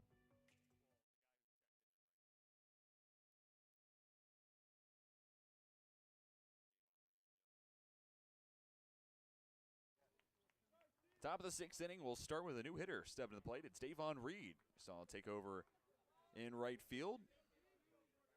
And the top half of this frame. Now hitting in the place of Connor Pickle.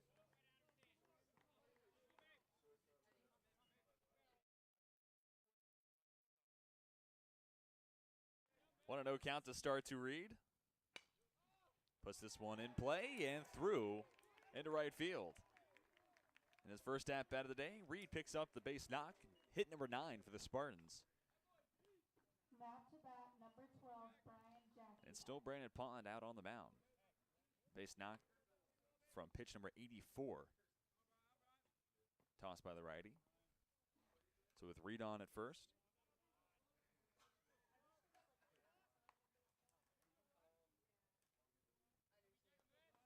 It's Brian Jackieback showing bunt at the plate. First a throw over.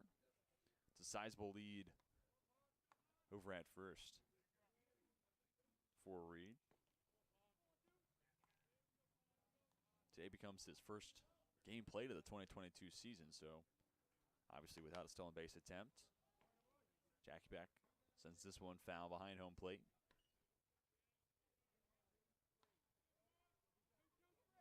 Jackieback picked up a sac bunt his last time up to the dish. Officially 0 for 1 of the day as he grounded out to first back in the 2nd inning. Big lead for Reed at first. Throw over. Reed back in time. Grad student hailing from Calvert County, Maryland.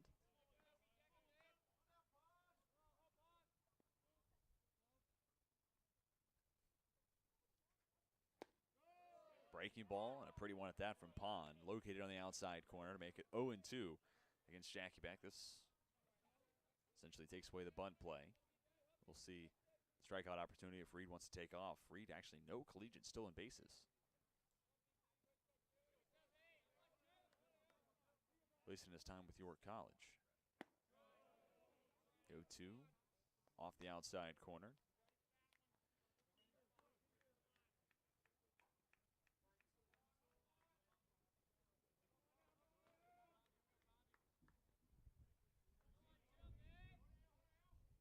Pond comes set, delivers fastball. This is low and inside. Count moves to 2-2. Spartans have scored only in odd-numbered innings. The first, third, and fifth, one run across in each. And it was Robbie Elsinga actually touching the plate on all three of those occasions. Sent out of play. We'll do it again at 2-2 for Jackie Beck. So the task with just 4 more opportunities at the plate guaranteed for the Spartans is find some offense that's not generated by the speed of Robbie Elsinga. And the bat's in the middle of the order. 2-2, cut on and missed, throw to first. Reed way off the bag. Run down between first and second. And the tag applied by Brandon Pond. And the ultimate irony behind all this is Reed running in the place of Connor Pickle. A run down between first and second. So we avoid Pickle in a pickle, but we do get Reed in one. And he becomes the second out of the inning. Back to bat, number 14, Joey. It was 3-6-1 on the putout via the back pick, so it's 2-3-6-1.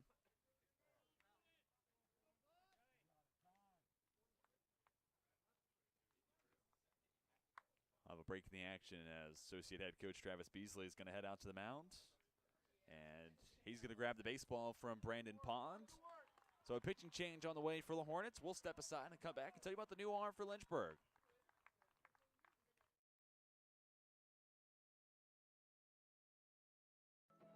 A lot of people go to the universities to find something to be a part of while getting their education. And when you come here, Lynchburg is that something, it becomes a family. It's what this school's really good at doing.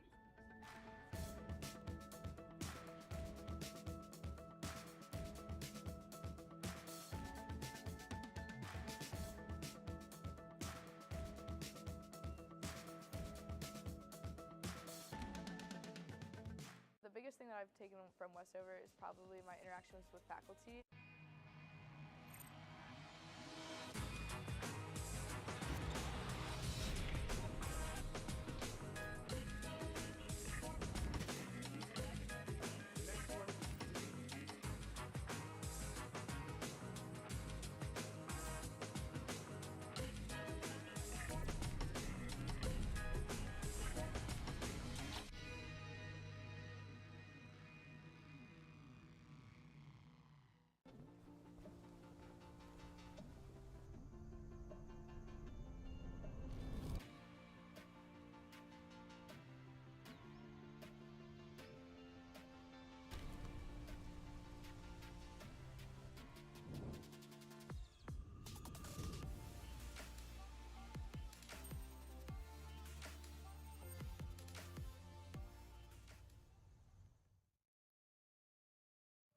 Welcome back to Lynchburg, Virginia. Let's take another look at this rundown Davon Reed found himself in. Officially becomes a strike him out, throw him out, double play. 2-3-4-1 on the putout to take Reed off the base paths.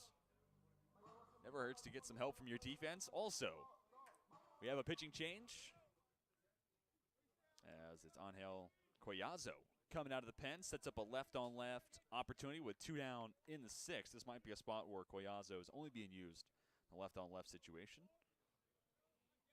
On deck is righty Craig Wiley, so we will get to see that. There is another arm up and throwing for the Hornets in the bullpen. First pitch from Collazo misses the zone. That arm throwing for Lynchburg in the pen right now is Kendrick Creasy.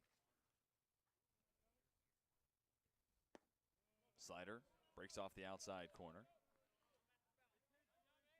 Line is final for Brandon Pond. Went through 5 2/3, gave up 7 hits, 3 runs, 2 of which are earned.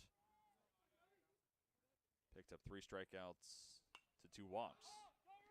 Popped up by Ricciardi in foul territory. Gavin Collins makes the grab for out number 3. It's a 1-2-3 inning of sorts combined between Pond and Collazo. And we've made it through 5 1/2. Stepping aside and coming back with the home half the frame. Lynchburg ahead 5-3.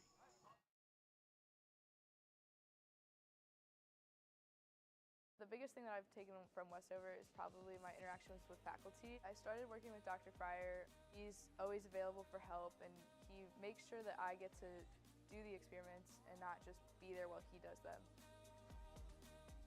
I didn't want to limit myself when I came here to just taking the prereqs for med school. I wanted to get a full, well-rounded education, and I definitely found that in the Westover program.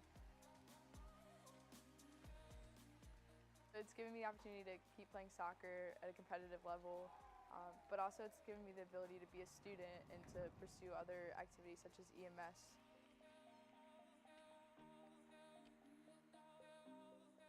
100% do Westover because it's not something they're going to regret, and it's going to be a lot of work, but so is everything else. It's just going to help build their education that they've already had and make them a better person for it. Look what you're missing!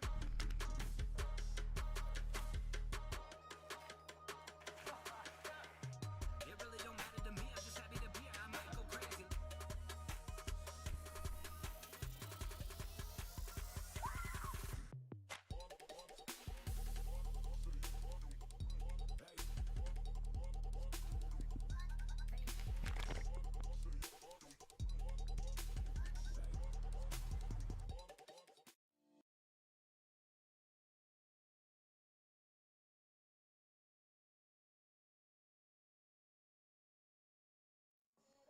Back at Fox Field, the entrepreneurship major, Eli Snyder, comes out of the pen.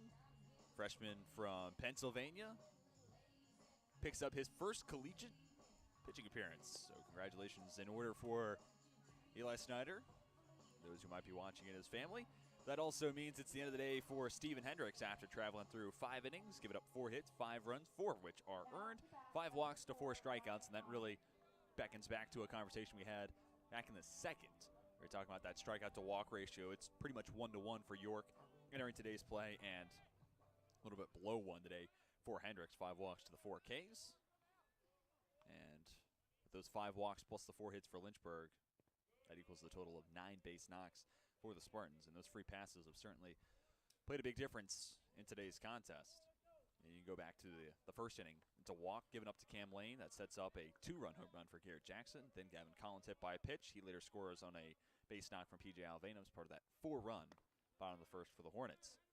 But here in the bottom of the 6th, it's Ryan Long, Holden Fiedler, and Carson Atkins scheduled to play. If anywhere to reach, we'll see Lane come back to the plate for a 4th time. 2-0 count to start. Snyder comes set, working exclusively from the stretch. Pumps the fastball past Long to make it 2 balls and a strike.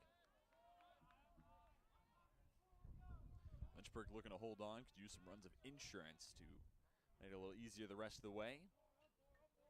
As they'll be leaning on their bullpen to hold on to potential win number 8 and a series sweep over York. 2-1. Misses off the outside corner, maybe a touch low as well.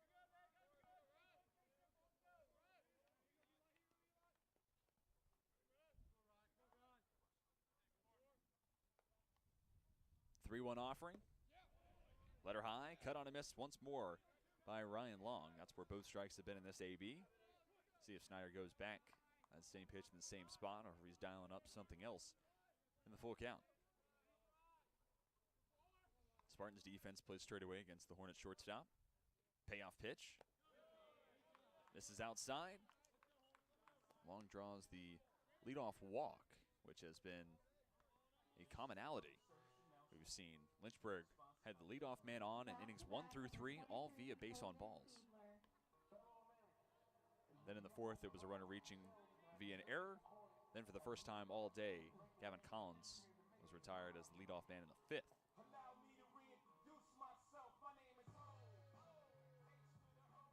Holden Fiedler back to the plate, 0 for 2. Grounded into a fielder's choice, then hit into a 1-5-3 ground out. Breaking ball from Snyder, drops in for a called strike 1.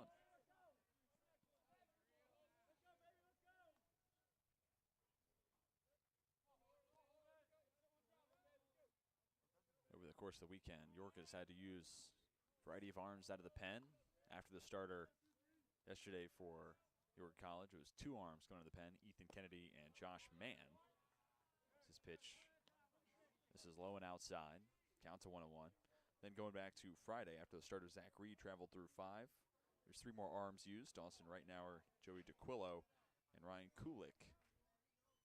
And today, Snyder becomes the first man called out of the pen. Pitch, low and away, blocked up by Jackie Beck. Forces Long to hold at first.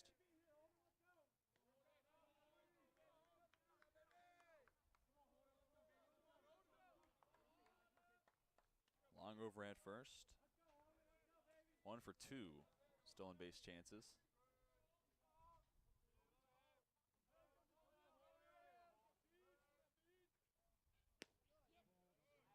Snyder misses outside with the fastball. Count swells to 3-1.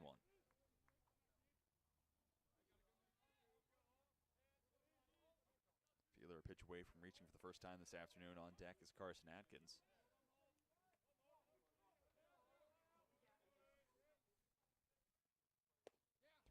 Fastball crosses by on the outside corner to make it a full count to consecutive Hornet hitters.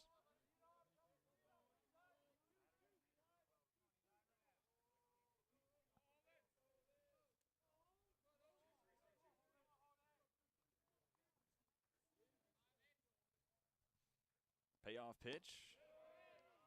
This is low and outside. Back-to-back walks issued by Eli Snyder. Moves Long up to second, and Fiedler aboard at first. 9-hole man Carson Atkins 0 for 1 on the day with a walk and a strikeout.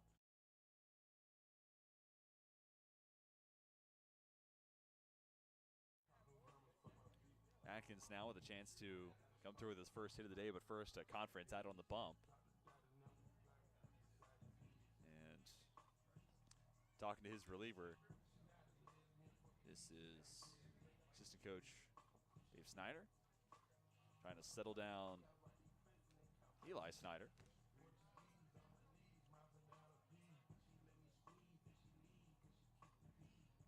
Quickly, the conference comes to a close. Excuse me, that was actually Clint Roche, pitching coach, taking the trip to the mound. So now Snyder can face Atkins.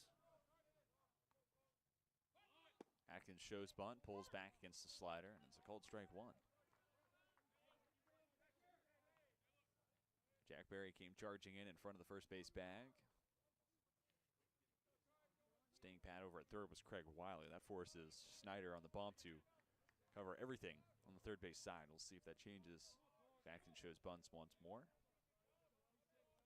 It's a lot of ground to ask your pitcher to try to cover. Atkins does show bunt, pulls it back. This time it's a ball. Pitch misses down in the dirt.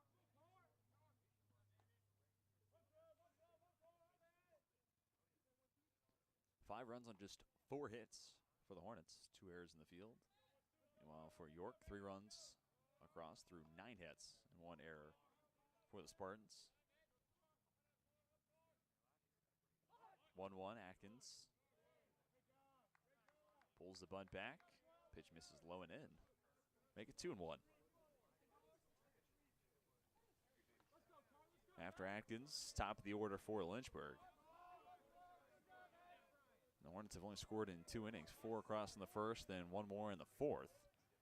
This is a spot where we're getting later and later in the game. Big inning here could potentially put this game on ice.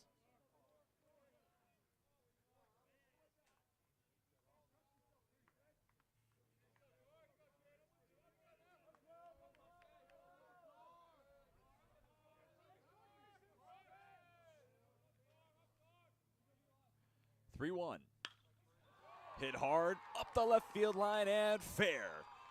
Extra bases for Atkins. Rounding third, Long will score. They'll hold Fiedler at third base, but it's an RBI double for Carson Atkins to make it 6-3. Lynchburg out in front.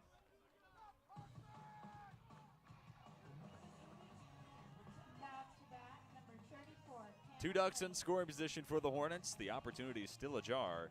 Stretch the lead out beyond 3. Cam Lane, 1 for 2 on the day. Had an RBI single his last time up. Also drawn a walk, came around a score. That was back in the first.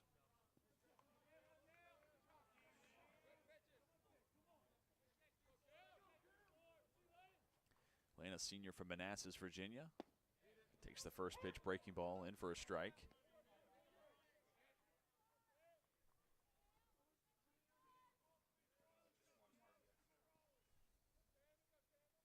Infield now plays in for York.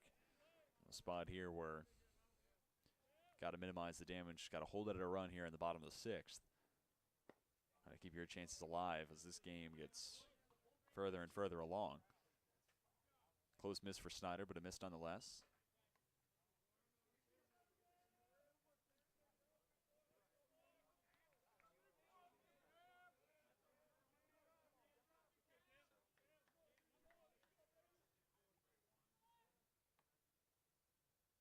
Snyder comes to the belt. Goes breaking ball, sent the other way. Ranging the line, Ricciardi won't get to it. It becomes a drawn out strike 2.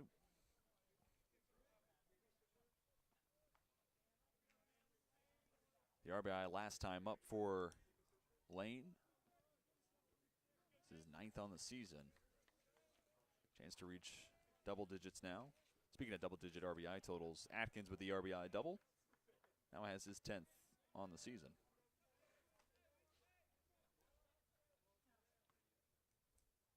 The 1-2. Popped up. Again, towards the left field line. This one will stay in fair territory. Catch made by Ricciardi, but it is deep enough to do the job and bring home Holden Fiedler. RBI sac fly for Cam Lane. His 11th ribby on the year, in Lynchburg now up 7-3. Now to bat, number 21, Garrett Jackson. So 2 runs across in the bottom of the 6th, and Lynchburg doubles their advantage over the Spartans. Still in scoring position, Carson Atkins has an abundance of speed to spare. Garrett Jackson, a chance to pick up his 3rd RBI on the afternoon. Started today's scoring, for the Hornets at least. 2-run shot towards right center field in the bottom of the 1st. That was in response to the run for York in the top half of the 1st inning. RBI double for Austin Denlinger. First pitch is in for a strike against Jackson. 1 for 2 on the day. Jackson's also drawn a walk.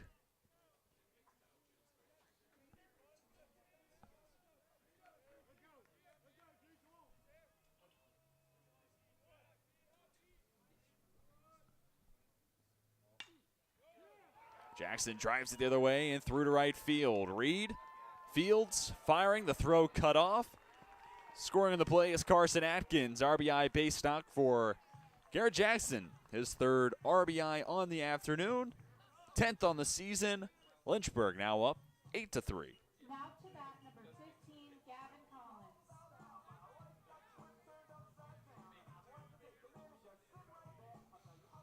Gavin Collins to the plate for the 4th time today.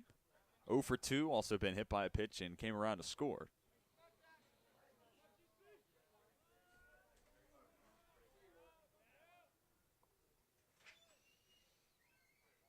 Snyder comes set, goes to the breaking pitch. Down in the dirt, blocked up by Jackie Beck. Jackson holds it first. And the Hornets have continued the trend of scoring at least 8 in all 3 games of this series now. The Lynchburg offense has been stellar to start this year, with the exception of the loss against Birmingham Southern, dropping that game 12-3. Just about every other game played this year, the offense has been very present.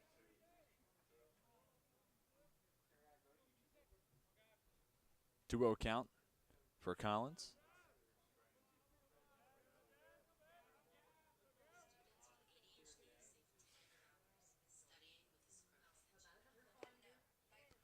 From Snyder, comes too far inside.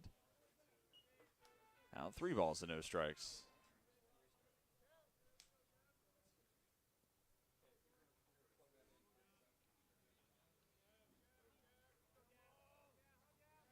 But with the 8-3 score today, it becomes 5 consecutive, make that 6 consecutive days. 6 straight games Lynchburg has scored 8 or more in a game. Jackson got far off first base. Pardon me holding there. Collins thought it was ball 4. Instead it's strike 1, and Jackson started to make his way towards second base. Quickly retreated back to first. Now we'll see a 3-1 to Gavin Collins.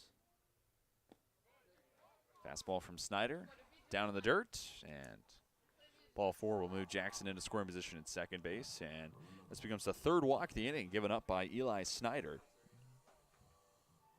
cleanup man Avery Neves up with 2 on in front of him, but before Neves can come to the plate, we'll have a pitching change for York as Coach Mike Scappa. We get the baseball from Snyder. We'll step aside and come back and tell you about the new arm for York. Lynchburg with 3 runs across in the bottom of 6, now up 8-3.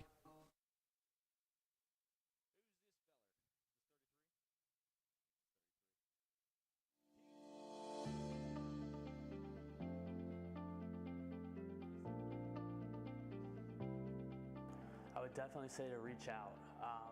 Me personally, I know several of my classmates would be more than happy to talk, to get a text, get a phone call, get an email, whatever it may be, and just answer any questions that you have.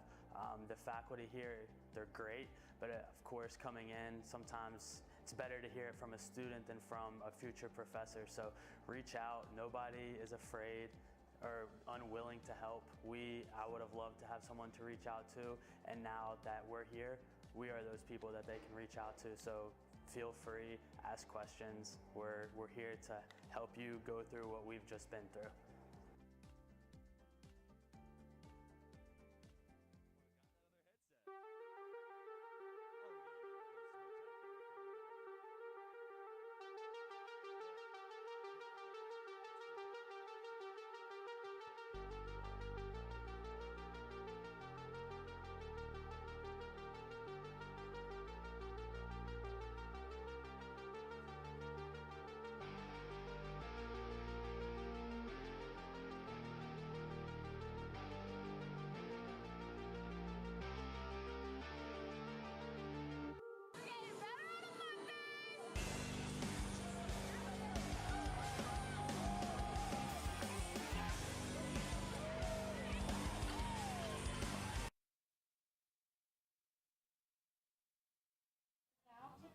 It's Bryce Schaefer coming out of the pen for York.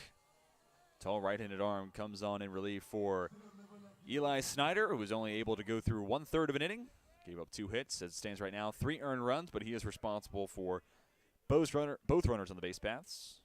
And it was 3 walks to no strikeouts. First pitch swinging, Neves chops it foul, third base line.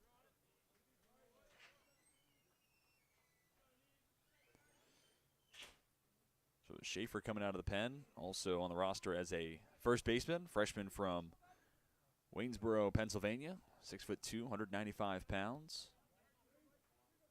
Civil engineering major. This also, like Snyder, becomes his first taste of college baseball. Breaking ball, popped up and out of play behind home plate. It's now an 0-2 count to Avery Neves. He's going 1 for 2 today. Had a double, came around to score in the first. Since then, a walk in the third and a ground out to short coming in the 5th.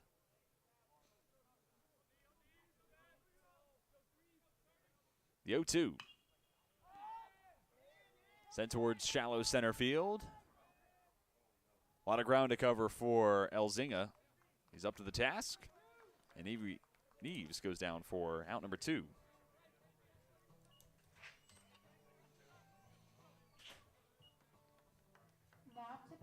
Big second out to the home half of the 6th. Already 3 runs across for Lynchburg, pushing the lead to 8-3.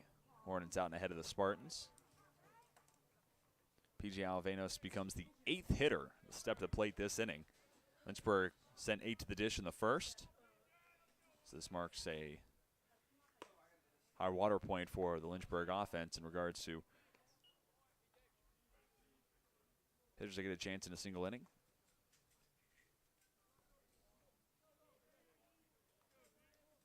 Elzinga out in center, shading towards the pool side.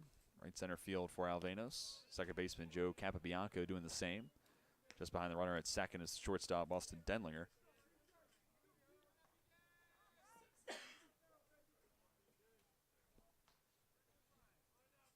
2-0 count to Alvenos. Had a 2 RBI single back in the first. Then grounded into a double play and also drawn a walk.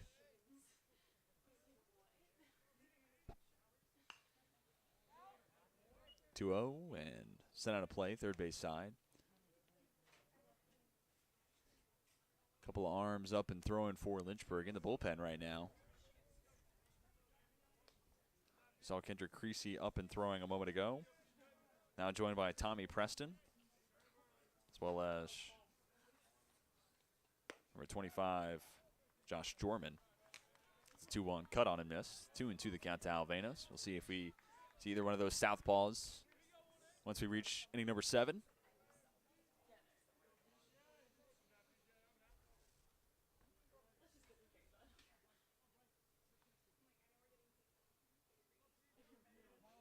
Time called by our own plate umpire. 2's across the scoreboard. 2 down, 2 runners on. Lead man being Garrett Jackson at second. Behind him is Gavin Collins at first. Alvenos with the chance to add to his 2 RBIs already today. Turns on this one. Drive out towards right center field, and it's down, splitting the difference between Elzinga and Reed. 1 run across. Collins will hold at third. The throw to second. Not in time. Third ribby on the afternoon for P.J. Alvenos, and the RBI double makes it 9-3 Lynchburg with the 4th run to come across in the bottom of the 6th.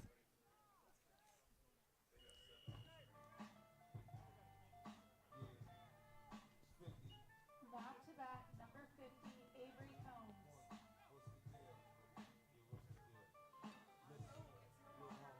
And for Alvenos, his 3 RBIs today move him out in front of everyone else for Lynchburg. Hornet best 14 ribbies on the season. And we'll have a pinch hitter for Riley O'Donovan. This is number 50, Avery Combs. At the start in yesterday's game, Combs takes the first pitch outside.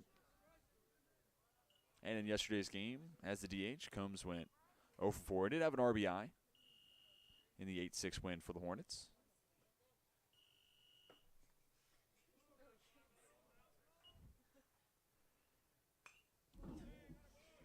Fouled back to the screen. Counts a 1-1.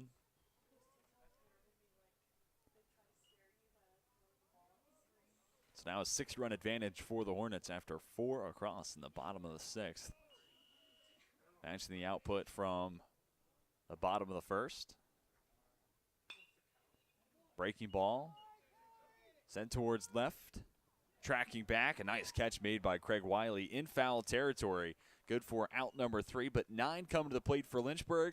4 come across to touch home plate, and the Hornets now find themselves up 9-3 as we head to inning number 7.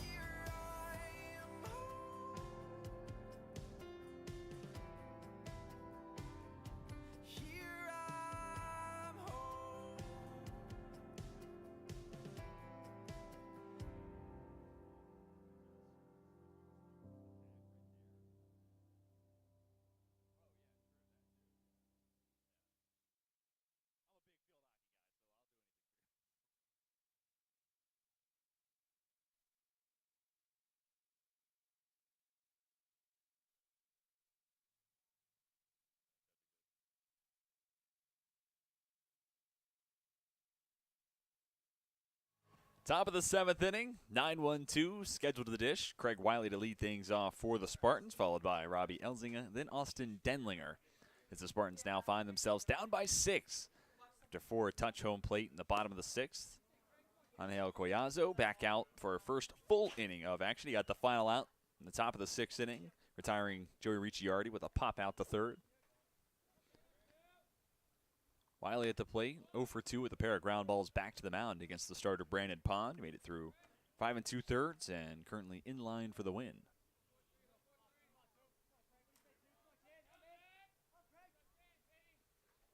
Collazo comes to the plate. Fastball misses high and outside. Now 2 other arms throwing for Lynchburg. It's been a variety of pitchers to start to get loose in the pen. Travis Shoemate, one of the two pitchers, and the other is Kendrick Creasy. We saw him throwing last inning. 3-0 in for a strike. 3-1 count to the 9-hole man in the York batting order.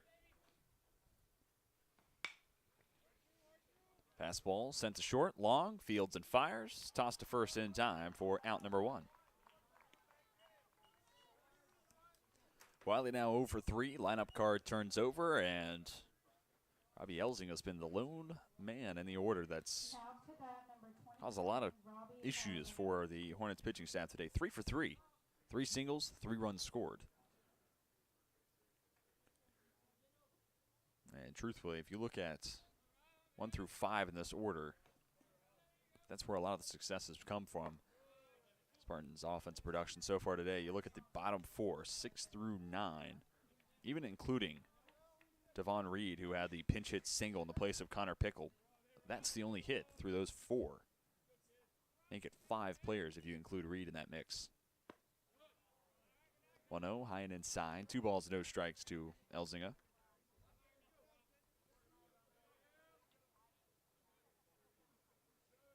It's a combined 1 for 10 in the 6 through 9 portions of the order, with a sack button there as well. Elzinga turns on this one. Deep drive right field. Back to the wall. One hopping the fence. Extra bases for Elzinga, who continues to swing a stellar bat this afternoon. Now with his first extra base hit. It's a 1-out double. Set up an RBI opportunity for Austin Denlinger.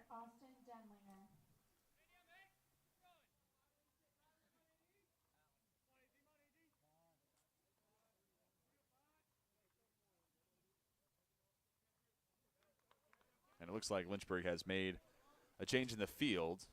It's no longer Cam Lane out and right. Instead, Ethan Maratsky, sophomore from Woodbridge, Virginia, occupying that space. And this will mark the end of the day for Collazo. Pitching change for the Hornets. We'll step aside and come back and tell you about the new arm for Lynchburg after this.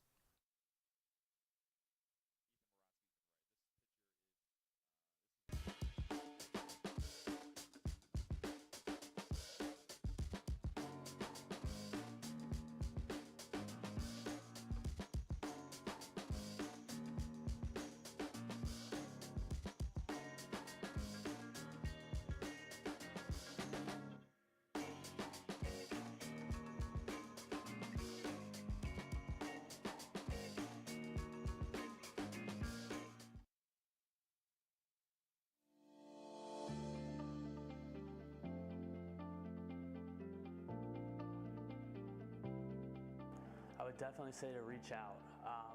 Me personally, I know several of my classmates would be more than happy to talk, to get a text, get a phone call, get an email, whatever it may be, and just answer any questions that you have. The faculty here, they're great, but of course coming in, sometimes it's better to hear it from a student than from a future professor. So reach out. Nobody is afraid or unwilling to help. I would have loved to have someone to reach out to, and now that we're here, we are those people that they can reach out to. So feel free, ask questions. We're here to help you go through what we've just been through.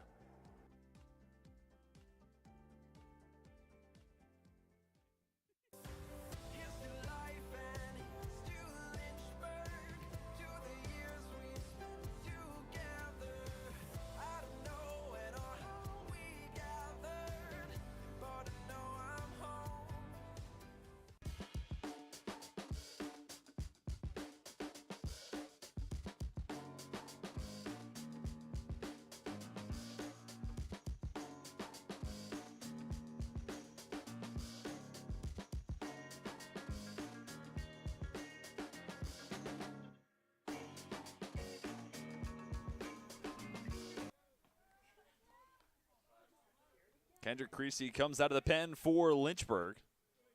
Right-handed arm gives a break to Angel Collazo, who's responsible for the runner on at second. Collazo went through 2/3 of an inning, give up the 1 hit, no walks, no strikeouts.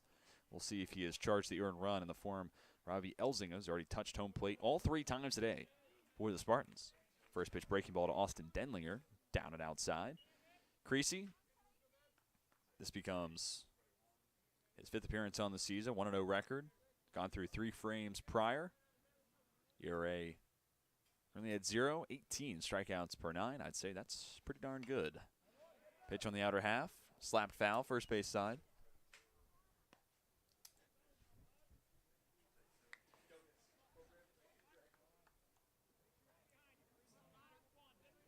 Denlinger at the dish. 1 for 3 had the RBI double back in the first. Then filling out to right, popped out to second. Fielder sets up on the outer half. Creasy with a long pause. 2 glances to second. Goes slider, leaves it outside. Creasy becomes the second arm out of the pen for Lynchburg. Same number of arms to be used for York. See if there's another change made once we get to the bottom of the 7th.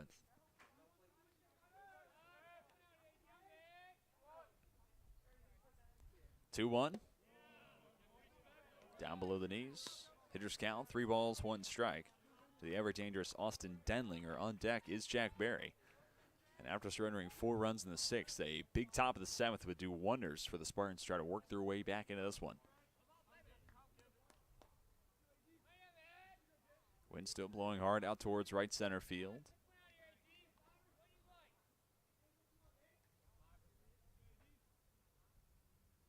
Three 1 on Sway. Driven to center. Ranging to his left.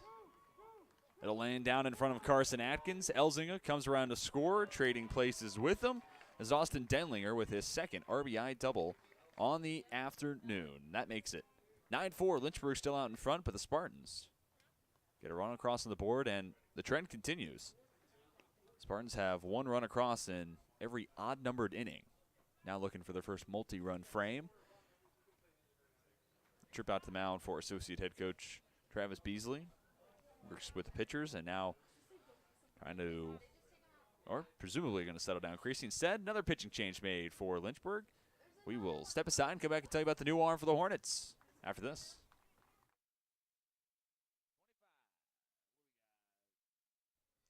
When you come to the University of Lynchburg to earn a master's degree in athletic training, you'll spend time in the classroom, but you'll also spend a lot of time in our top-notch facilities learning from athletic trainers and working closely with our student athletes. In the Graduate Cadaver Lab, you'll learn about the human body in the best way possible by actually studying the human body. This will provide a foundation to make you a much better athletic trainer.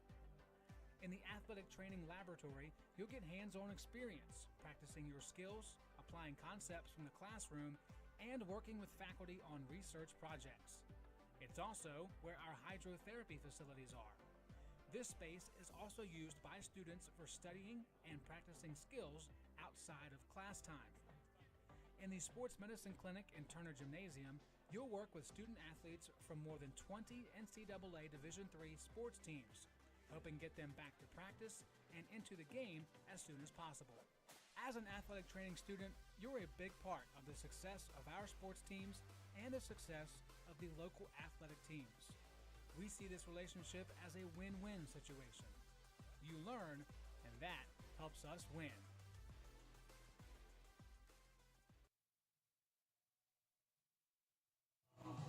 Welcome back to Fox Field. It's Josh Jorman coming out of the pen for Lynchburg, and today marks his first appearance on the season. Junior from Oak Hill, Virginia. Played at James Madison High School, pitcher and an infield in the roster. And coming off of a 2020-2021 season where he made 3 appearances, had an 0-1 record, pitched an inning and a third, had an ERA at 33.75, strikeouts per 9 though at 20.25. So obviously small sample size, those numbers will get inflated a lot. But Jorman, his first appearance in the season, looking for the final 2 outs. On the top of the 7th, it's Austin Denlinger on at second. And he represents why Kendrick Creasy's line is not yet final. Creasy did not record an out. Instead gave up a hit to the one hitter that he faced. And if Denlinger comes around, that run will be charged to Creasy. Left on left, Jorman misses down and outside against Jack Berry. Travis Shoemade up and throwing the Lynchburg pen. Standing next to him is Nathaniel Mack.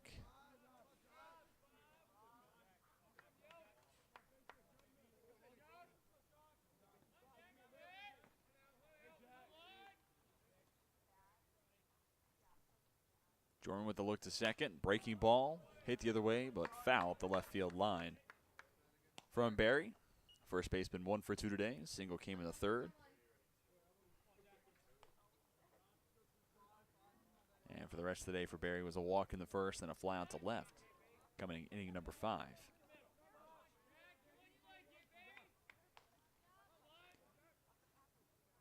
Fiedler sets up the left half of the plate. Breaking ball. Driven to the left center. Going back. Neves makes the catch on the warning track. Allowed out number 2, but the big second out to the inning nonetheless. Barry retired.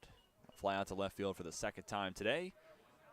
Holding pad at second is Denlinger. Now at bat, number 23, So Joe Capabianco, the next scheduled hitter. Travis Beasley comes out of the pen, and we will see yet another pitching change for Lynchburg. We'll step aside and come back and tell you about the new arm for the Hornets after this.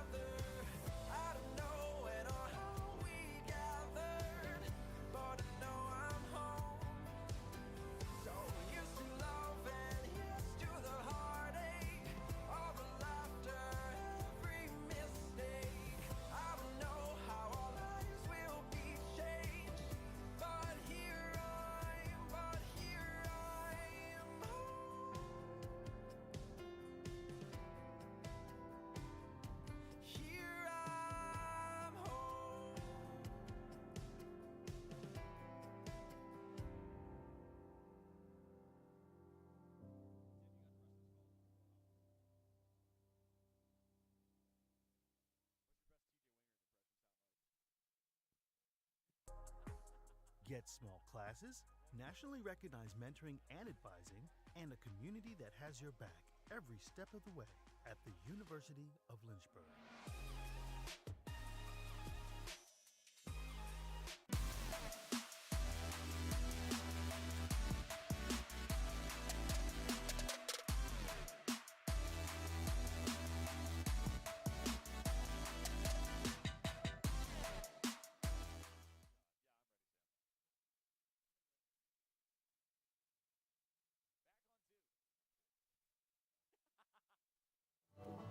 Travis Shoemate, the next arm out of the pen for the Lynchburg Hornets, and he becomes arm number 5 of the day for associate head coach Travis Beasley overseeing this pitching staff, and Shoemate's job, get the final out.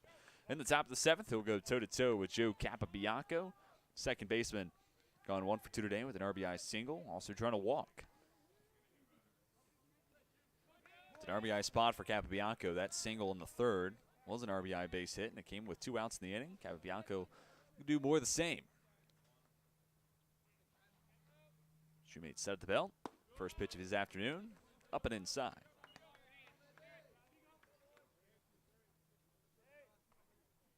Today marks the 5th appearance on the season for Shoemate. He's pitched through 4 1/3, giving up just 2 hits, 4 strikeouts to 1 walk. Hasn't allowed a run yet this season. Looking to have that trend continue this Sunday afternoon. Breaky ball, located perfectly on the outside corner, moves the count to 1-1.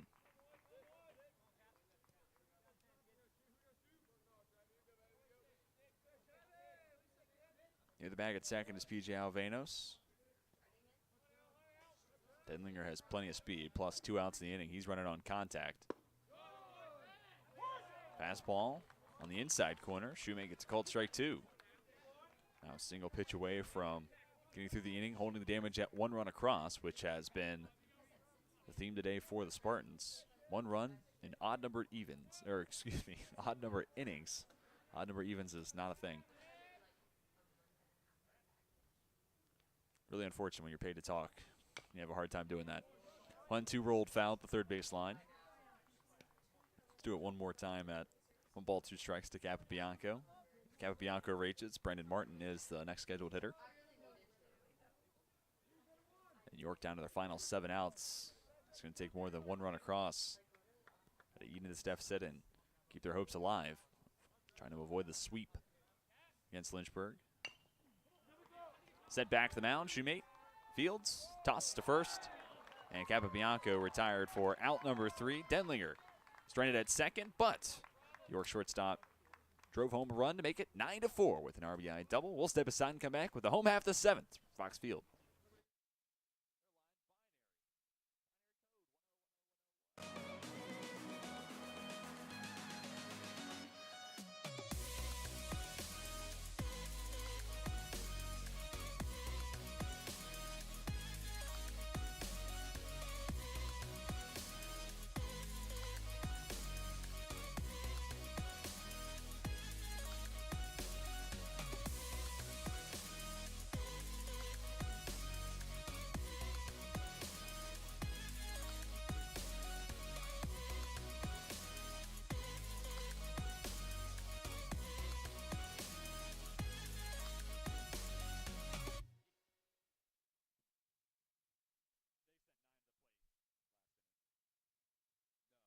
My name is Joshua Carr. I am a senior. I am a theater major as well as a history minor. I live in 5th Street, the historic black neighborhood. The money came in, transfer, scholarship, all that. I appreciate that greatly. I'm smart too. So they gave it like, you smart, here, here, here. You know what I'm saying? You come here to do a job. I came here to do a job. A student's job is to get that degree and make something of ourselves.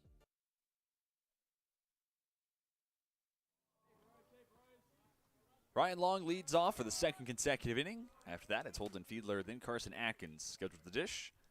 Bryce Schaefer stays out on the bump, deals first pitch, breaking ball, low and away. Get us underway in the home half of the 7th.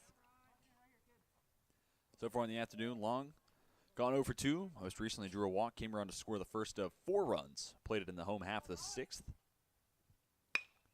Long out in front of this pitch. Lines it out towards left field, charging in, Ricciardi. Reaches out and makes the grab for out number 1.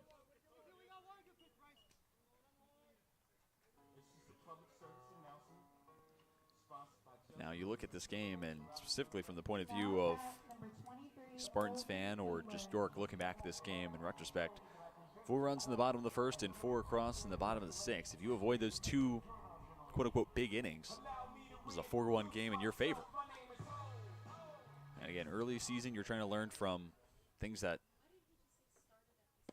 you gather throughout non-conference play to try to get yourself in a better position once you get to the conference action and ultimately your conference postseason tournament. That's where really it all comes down to. You want to win every game you play, but not always. These are just data points as you try to figure out where your strengths of your team are and how you can minimize your weaknesses at the same time. And for today, York, it's about avoiding those big innings with whoever you're playing. Today it's the Hornets. Breaking ball drops in for a strike in the inside corner against Fiedler. It's now a 1-2 count. The encouraging sign is Bryce Schaefer's looked really good coming out of the pen after Eli Snyder had a tough go at it. Only retired 1 hitter, gave up 4 earned runs. 1-2, cut on a miss, held on by Jakubek. First punch out of the day for Schaefer. 5th overall for the Spartans pitching staff. And now York with a chance for the first true 1-2-3 inning on the afternoon. Starter Stephen Hendricks faced the minimum in the 3rd, but that was after he surrendered leadoff walk, then got a double play, so some help from his defense allowed Hendricks to face the minimum in the 3rd, but Schaefer, chance to get a true 1-2-3. First pitch swinging, Atkins sends it to shallow center field, tracking back. The catch is made by Austin Denlinger, and asking you shall receive. P6 completes a 1-2-3 inning of work for Bryce Schaefer. We've made it through 7. We'll step aside and come back with the top of the 8th. Lynchburg out front, 9-4.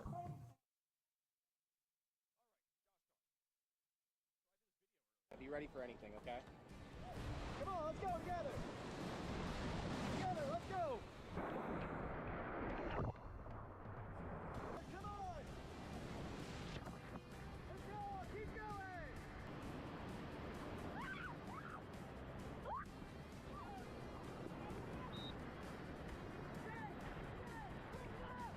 Sorry, it's the best flip.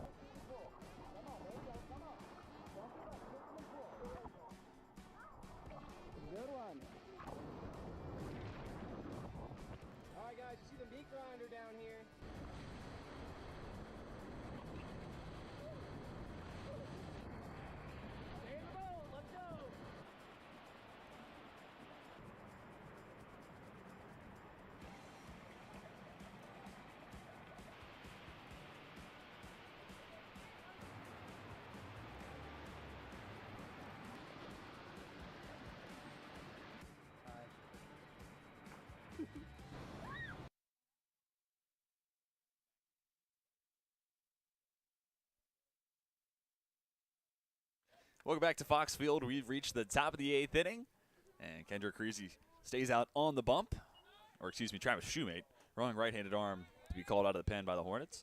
Shoemate stays on the mound, and the first hitter he'll face in inning number 8 is Brandon Martin. The DH has gone 0 for 3, most recently reached on an E3, and it was a complicated play that ultimately proved to be the final play in the 5th. Martin reached on an error, and then Capabianco made too sharp of a turn around second. Was caught venturing too far from the bag. After a run scored, tag was made at second, good for out number 3 as a part of a 1-run, top of the 5th.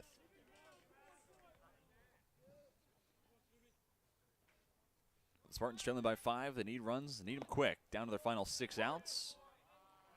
Fastball in the outside corner. A called strike 2. Martin in the hole now. On deck is scheduled to be Davon Reed. He is in the on-deck circle. After that, we'll see Brian Jackiebeck back at the plate. Breaking ball just off the inner half. Count even at 2.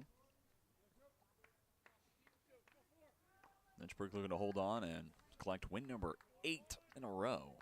Number 15 team in the country would also pick up their second consecutive weekend series sweep. Last weekend it was Dickinson. Today in line for a sweep of the York Spartans. All that to then set up the upcoming schedule for Lynchburg. Tuesday, midweek date against Averett. Second time Lynchburg will have seen the Cougars. 2-2 right down Broadway, but Martin couldn't lift the bat off the shoulder and goes down via the backwards K. First strikeout today for Shoemate, 4th overall for the Hornets pitching staff. Continuing along in the Lynchburg upcoming schedule after Tuesday's contest at Averett. Next weekend, it's a doubleheader against Roanoke as part of a busy Saturday the 12th with men's lacrosse also in action. Softball returning home after their trip to Myrtle Beach.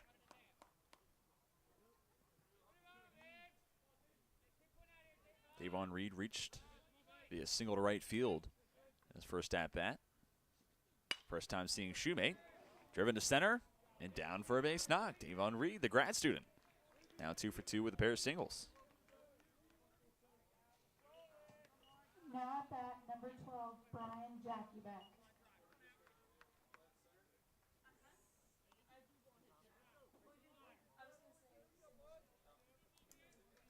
Jackiebeck 0 for 2 on the day. Struck out his last time up. Also has laid down a sac bunt. That was back in the 4th. Wouldn't expect to see anything like that in this situation as York down to their final 5 outs. Breaking ball outside corner. Called strike 1.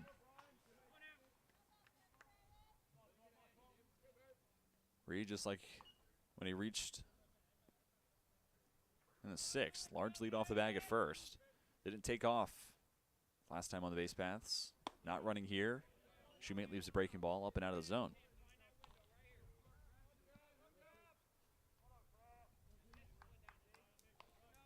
Get another arm up and throwing for Lynchburg. This time it's number 42, Brandon Hoosling.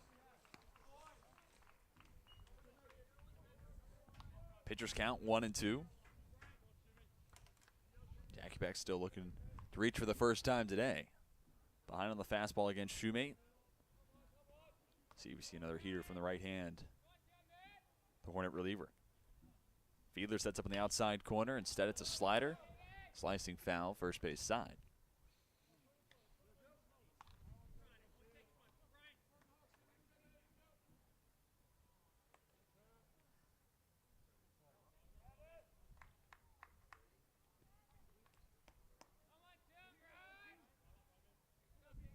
Reed still not in motion.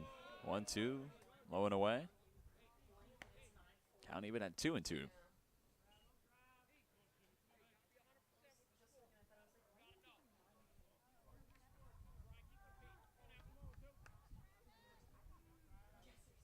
Talking more about what this win could mean for Lynchburg. How about being in the driver's seat to start the year 7-0 at home? Really strong start to the season when playing on Fox Field. Fastball comes too far inside and plunks Jackiebeck. That 2-strike spot, you never want to hit a batter Puts the second runner on, moves Reed up into scoring position at second with plenty of speed to spare. Now at bat, number 14, Joey RBI Ricciardi. chance for Joey Ricciardi, left fielder, without a hit today. Pair of ground outs and a pop out to third his last time up. Ricciardi became the first hitter to see someone other than Brandon Pond, and he popped out to third as the final out in the sixth against the lefty Angel Collazo.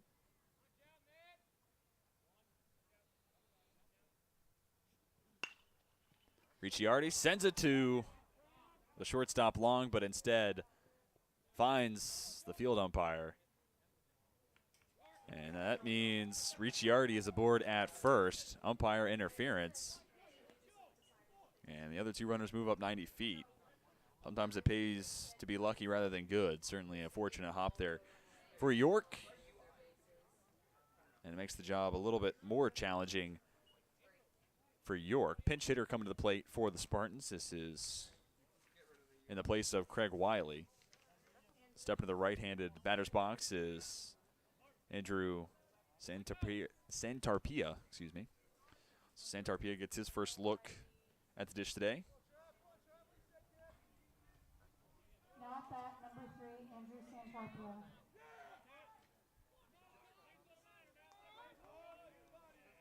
So that'll end the day for Craig Wiley at the plate at 0 for 3. 3 groundouts. Bases juiced, 1 down. Middle infield a double play depth. The corners playing all the way back. Lynchburg in a spot where work down to their final 5 outs. You're willing to give up a run if it means getting an out. The same mark.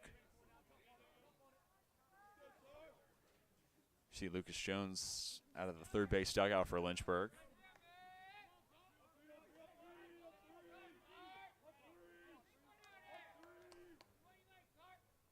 The 1-0. Rolled over, left side, backhanded by Long. The toss to second in time, the throw to first, not. 1 run already across, and as the baseball rolls into the dugouts, that'll bring home a second. That'll also move Santarpia up to second. So it starts as an RBI's fielder's choice. Then it's an E4 that allows Santarpia to move to second, and that's what brings home Jackie back. So one of the 2 runs on that play is unearned. Ricciardi taken off the base paths, and the first runner to score was Reed. Now a 9-6 ball game. 2 runs come across. Here in the top of the 8th, Shoemate looking to hold the damage at those 2 runs. Needs 1 more out to do just that, but Robbie Elzinga has given Lynchburg fits this afternoon. How about 4 for 4, a double, 3 singles, and 4 runs scored. That is a really impressive stat line for Elzinga. And now with a chance to drive home a run. Santarpia standing at second.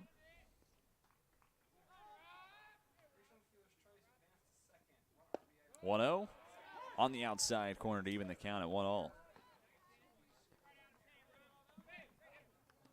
Well, Zinga started the year 2 for 15, 133 average before today's contest, and I'll say the 4 for 4 effort certainly helped. An average now north of 300. Shows you how variable the early season stats can be. Fastball powered past Elzinga. Now he'll have to battle down in the count 1-2.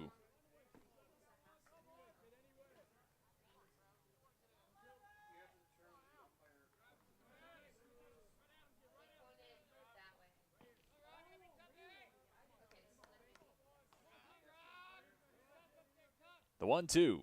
Slider down in the dirt, blocked up by Fiedler. Santarpia forced to hold at second. It's now 6 runs on 11 hits for York. Lynchburg, meanwhile, 9 runs on 7 hits. Schumate looking to hold the damage at 2 runs across for the Spartans. Keep it at a 3-run differential. 3-2. Slapped foul.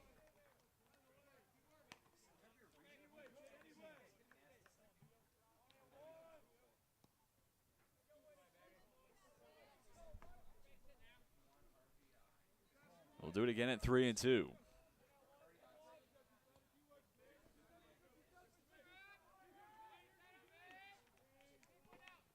Shoemate set. Glance to second.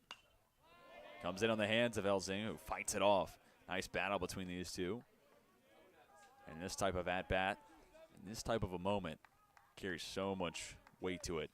Every pitch, every at-bat, of course, important, but now we're talking late in the game, only 4 outs to spare for the Spartans. 3-2, base knock here makes it a 2-run game. There's a lot on the line over the next pitch and potentially more if the battle continues between Shoemate and Elzinga. Another 3-2 offering. Right side. Jackson lays out, won't get to it. Elzinga now 5 for 5. Moratsky has a hard time fielding. Throws to second. Not in time. It's an RBI single and an E9 that allows Elzinga to reach second base. And it's now 9-7.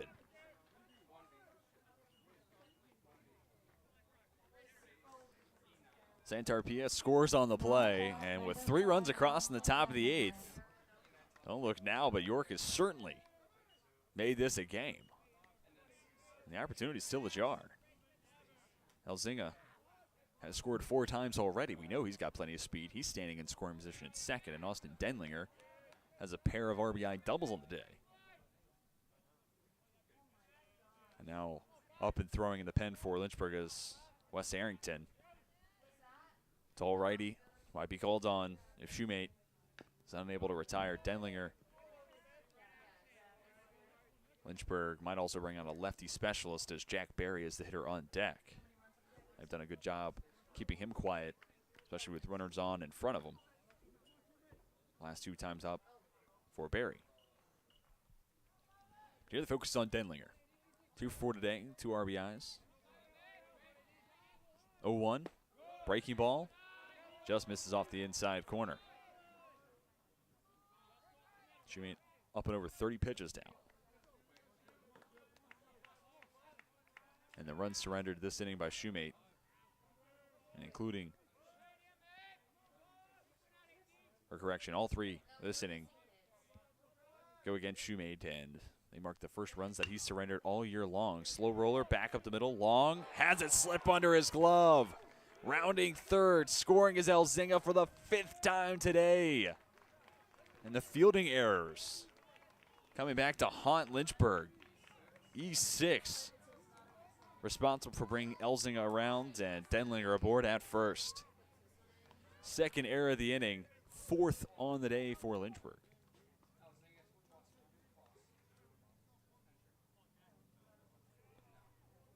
Now a conference on the mound. No coaches leaving the dugout, and that's an encouraging sign if you're Lynchburg, seeing players take the onus for what is unraveled here in the top of the 8th inning, trying to put an end to it.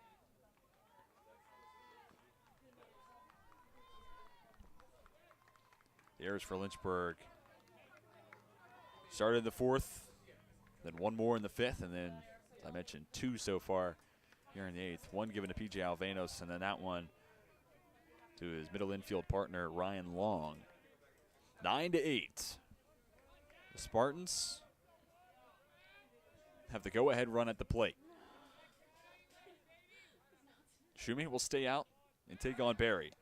Throw to first, Denlinger slides back in time.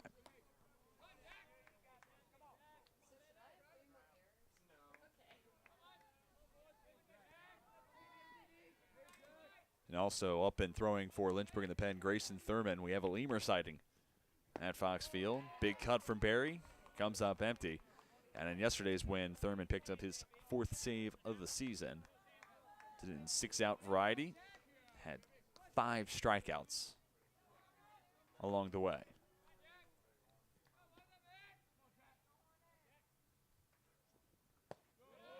Shoemate deals, misses downstairs with a fastball.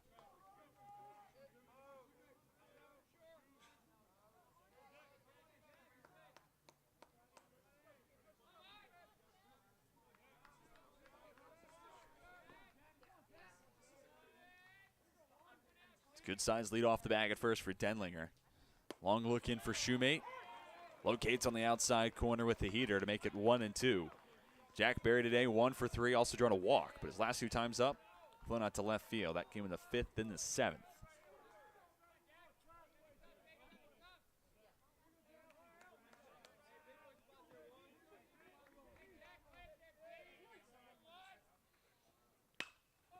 Pitch goes to the outer half, driven to left field. A couple steps back for Avery Neves, and for the third consecutive time, Jack Barry retired on the F7.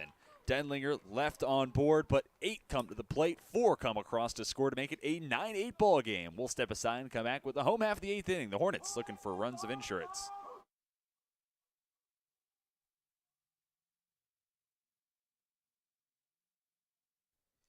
When you come to the University of Lynchburg to earn a master's degree in athletic training, you'll spend time in the classroom, but you'll also spend a lot of time in our top-notch facilities learning from athletic trainers and working closely with our student athletes.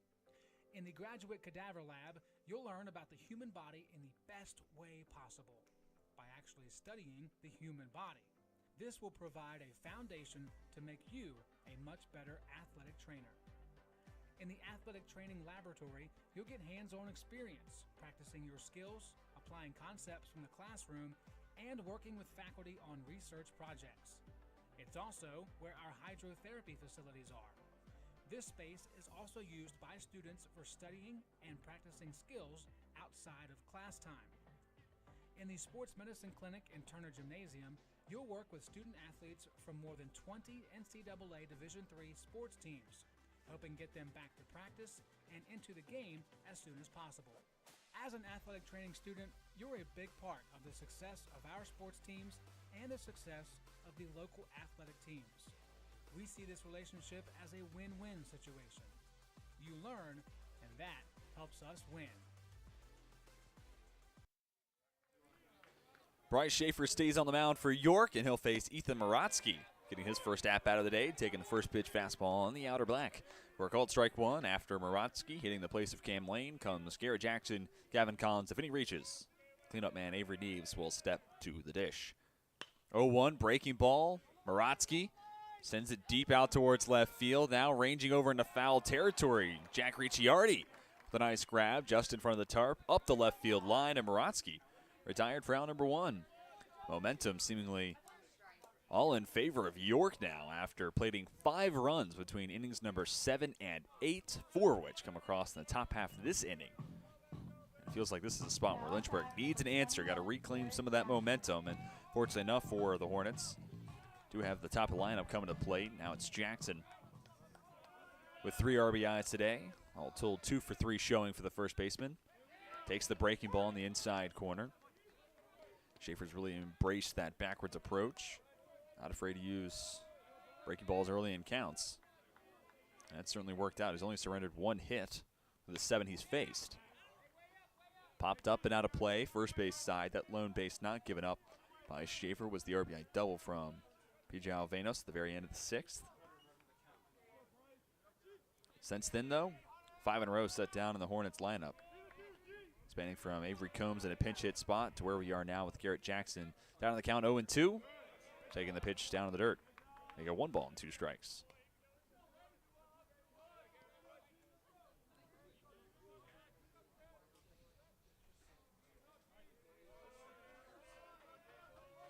Schaefer with the signs.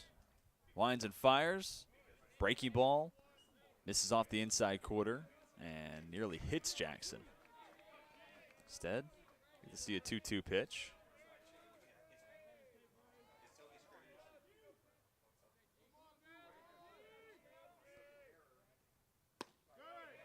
Two-two from Schaefer, elevated. Good eye from Jackson. That's certainly a tough pitch to lay off of. Count runs full to the Hornet first baseman.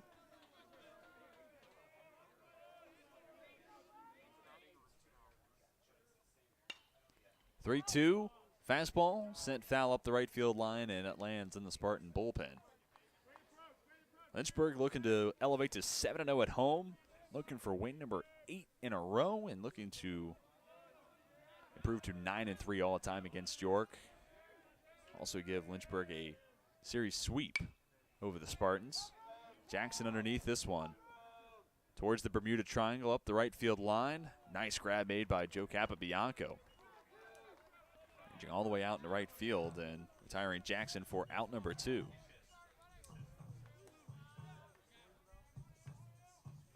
Now at bat, number 15, Gavin Collins.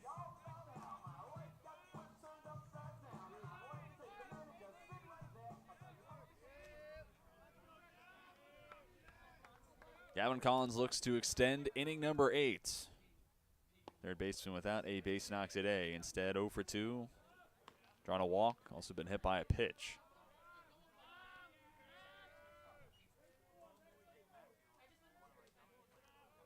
One 0 count to start.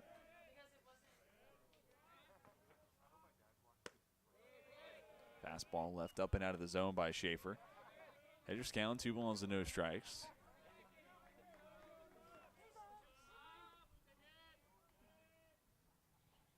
Righty comes set, enters the windup. Gets a foul ball back behind home plate on the heater. Do apologize for the center field cam. Wind is blowing very hard today. Right around 15-mile-an-hour gusts. Time of first pitch. And it has not relaxed since that point. 2-1. Sent back out towards shallow right field. Capabianco called off this time by Reed, who makes the catch for out number 3. Back-to-back 1-2-3 innings tossed by Bryce, Schaefer, and York. Down to their final 3 outs, looking to finish the comeback. Down by 1. We step aside and come back with the top of the 9th. A lemur sighting from Fox Field.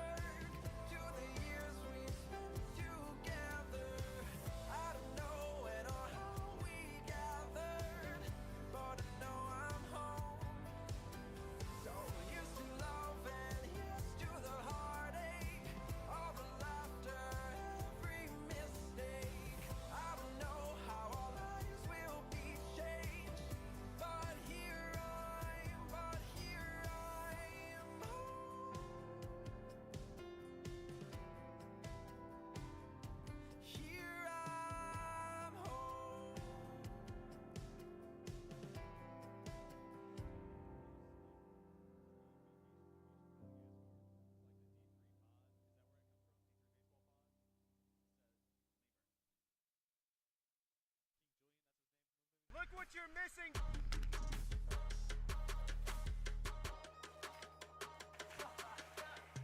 It really don't matter to me. I'm just happy to be here. I might go crazy.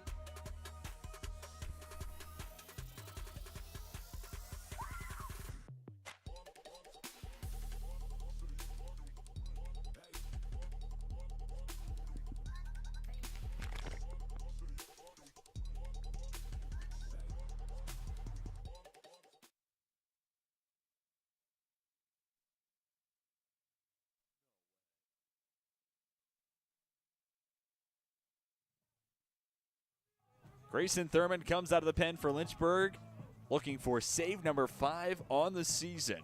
That ends today for Travis Shoemate after an inning and a third, surrendering 3 hits, 4 runs, only one of which is earned. One strikeout, no walks on the day for Shoemate. The task for Grayson Thurman, the lemur, set down Joe Capabianco, Brendan Martin, and then Davon Reed. At least those are the 3 scheduled to the dish. The cleanup man, Capabianco, to lead things off. 1 for 3 today. Swings to the first pitch he sees, and the count starts at 0-1. And to talk about the numbers for Thurman, it's something pulled out of a video game. 1.84 ERA, 14 2/3 innings tossed by Thurman. 31 strikeouts during that time frame. Big swing and a miss for Capabianco, and the count now 0-2.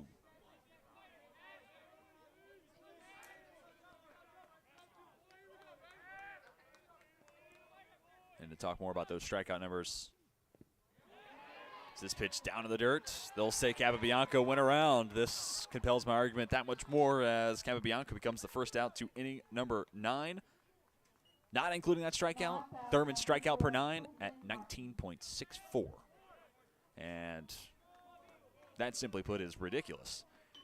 And he starts today, fittingly so, with a strikeout. Now he takes on Brendan Martin, 0 for 4. Pair of strikeouts on the day. First pitch, outside corner, called strike 1.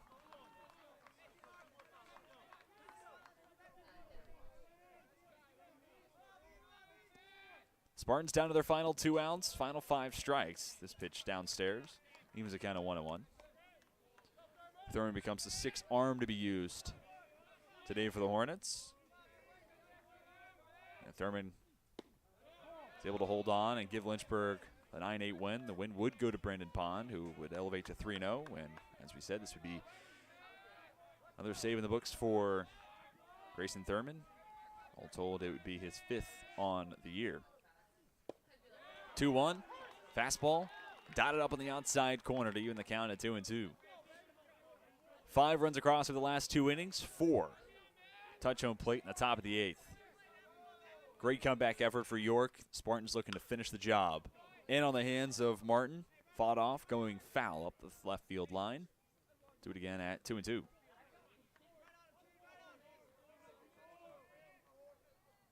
And it is indeed Davon Reed in the on-deck circle, who's gone 2 for 2. This feels like a huge linchpin right here for York. If Martin can reach, it'll bode well. Instead, pitch down to the dirt. The throw from Fiedler, short hops Jackson, and Martin reaches on the drop, 3rd strike. Counts as a strikeout still for Thurman, his 2nd on the day, but now Martin on at first. Thurman will operate with a runner on the base paths for the first time.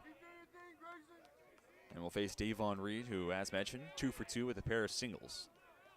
First went to right, the second to center. First pitch curveball, crosses by, knee high, and it's a called strike 1.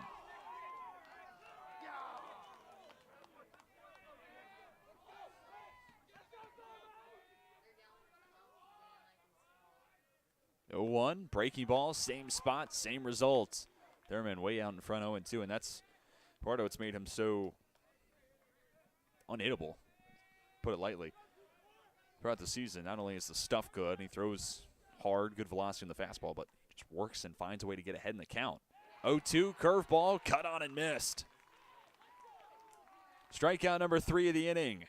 Out number 2 to the top of the 9th.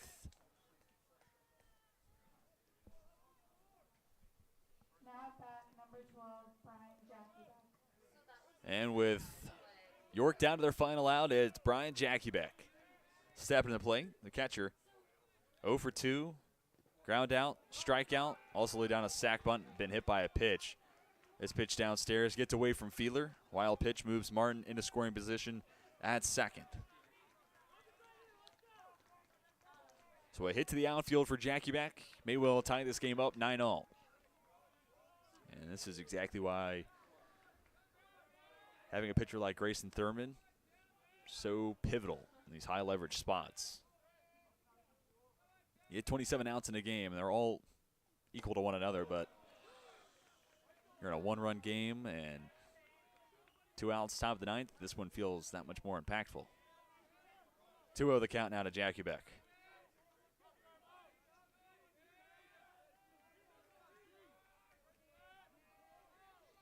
Long look in for Thurman, now with the signs. Comes to the plate, fastball on the outside corner. Called strike 1. It's Joey Ricciardi on deck if Jackiebeck reaches. Hornets looking for win number 8 in a row. Thurman, fastball, same spot, gets the same result. 2s across the board, 2-2 count, 2 down. Spartans down to their final strike. Looking to avoid the weekend sweep at the hands of the number 15 team in the country. The 2-2 set back to the screen. Furthermore, with a win, Lynchburg would elevate to 9-3 all time against York, and the Spartans go back to the drawing board, still in search for their first win over Lynchburg since 2013, nearly a decade ago.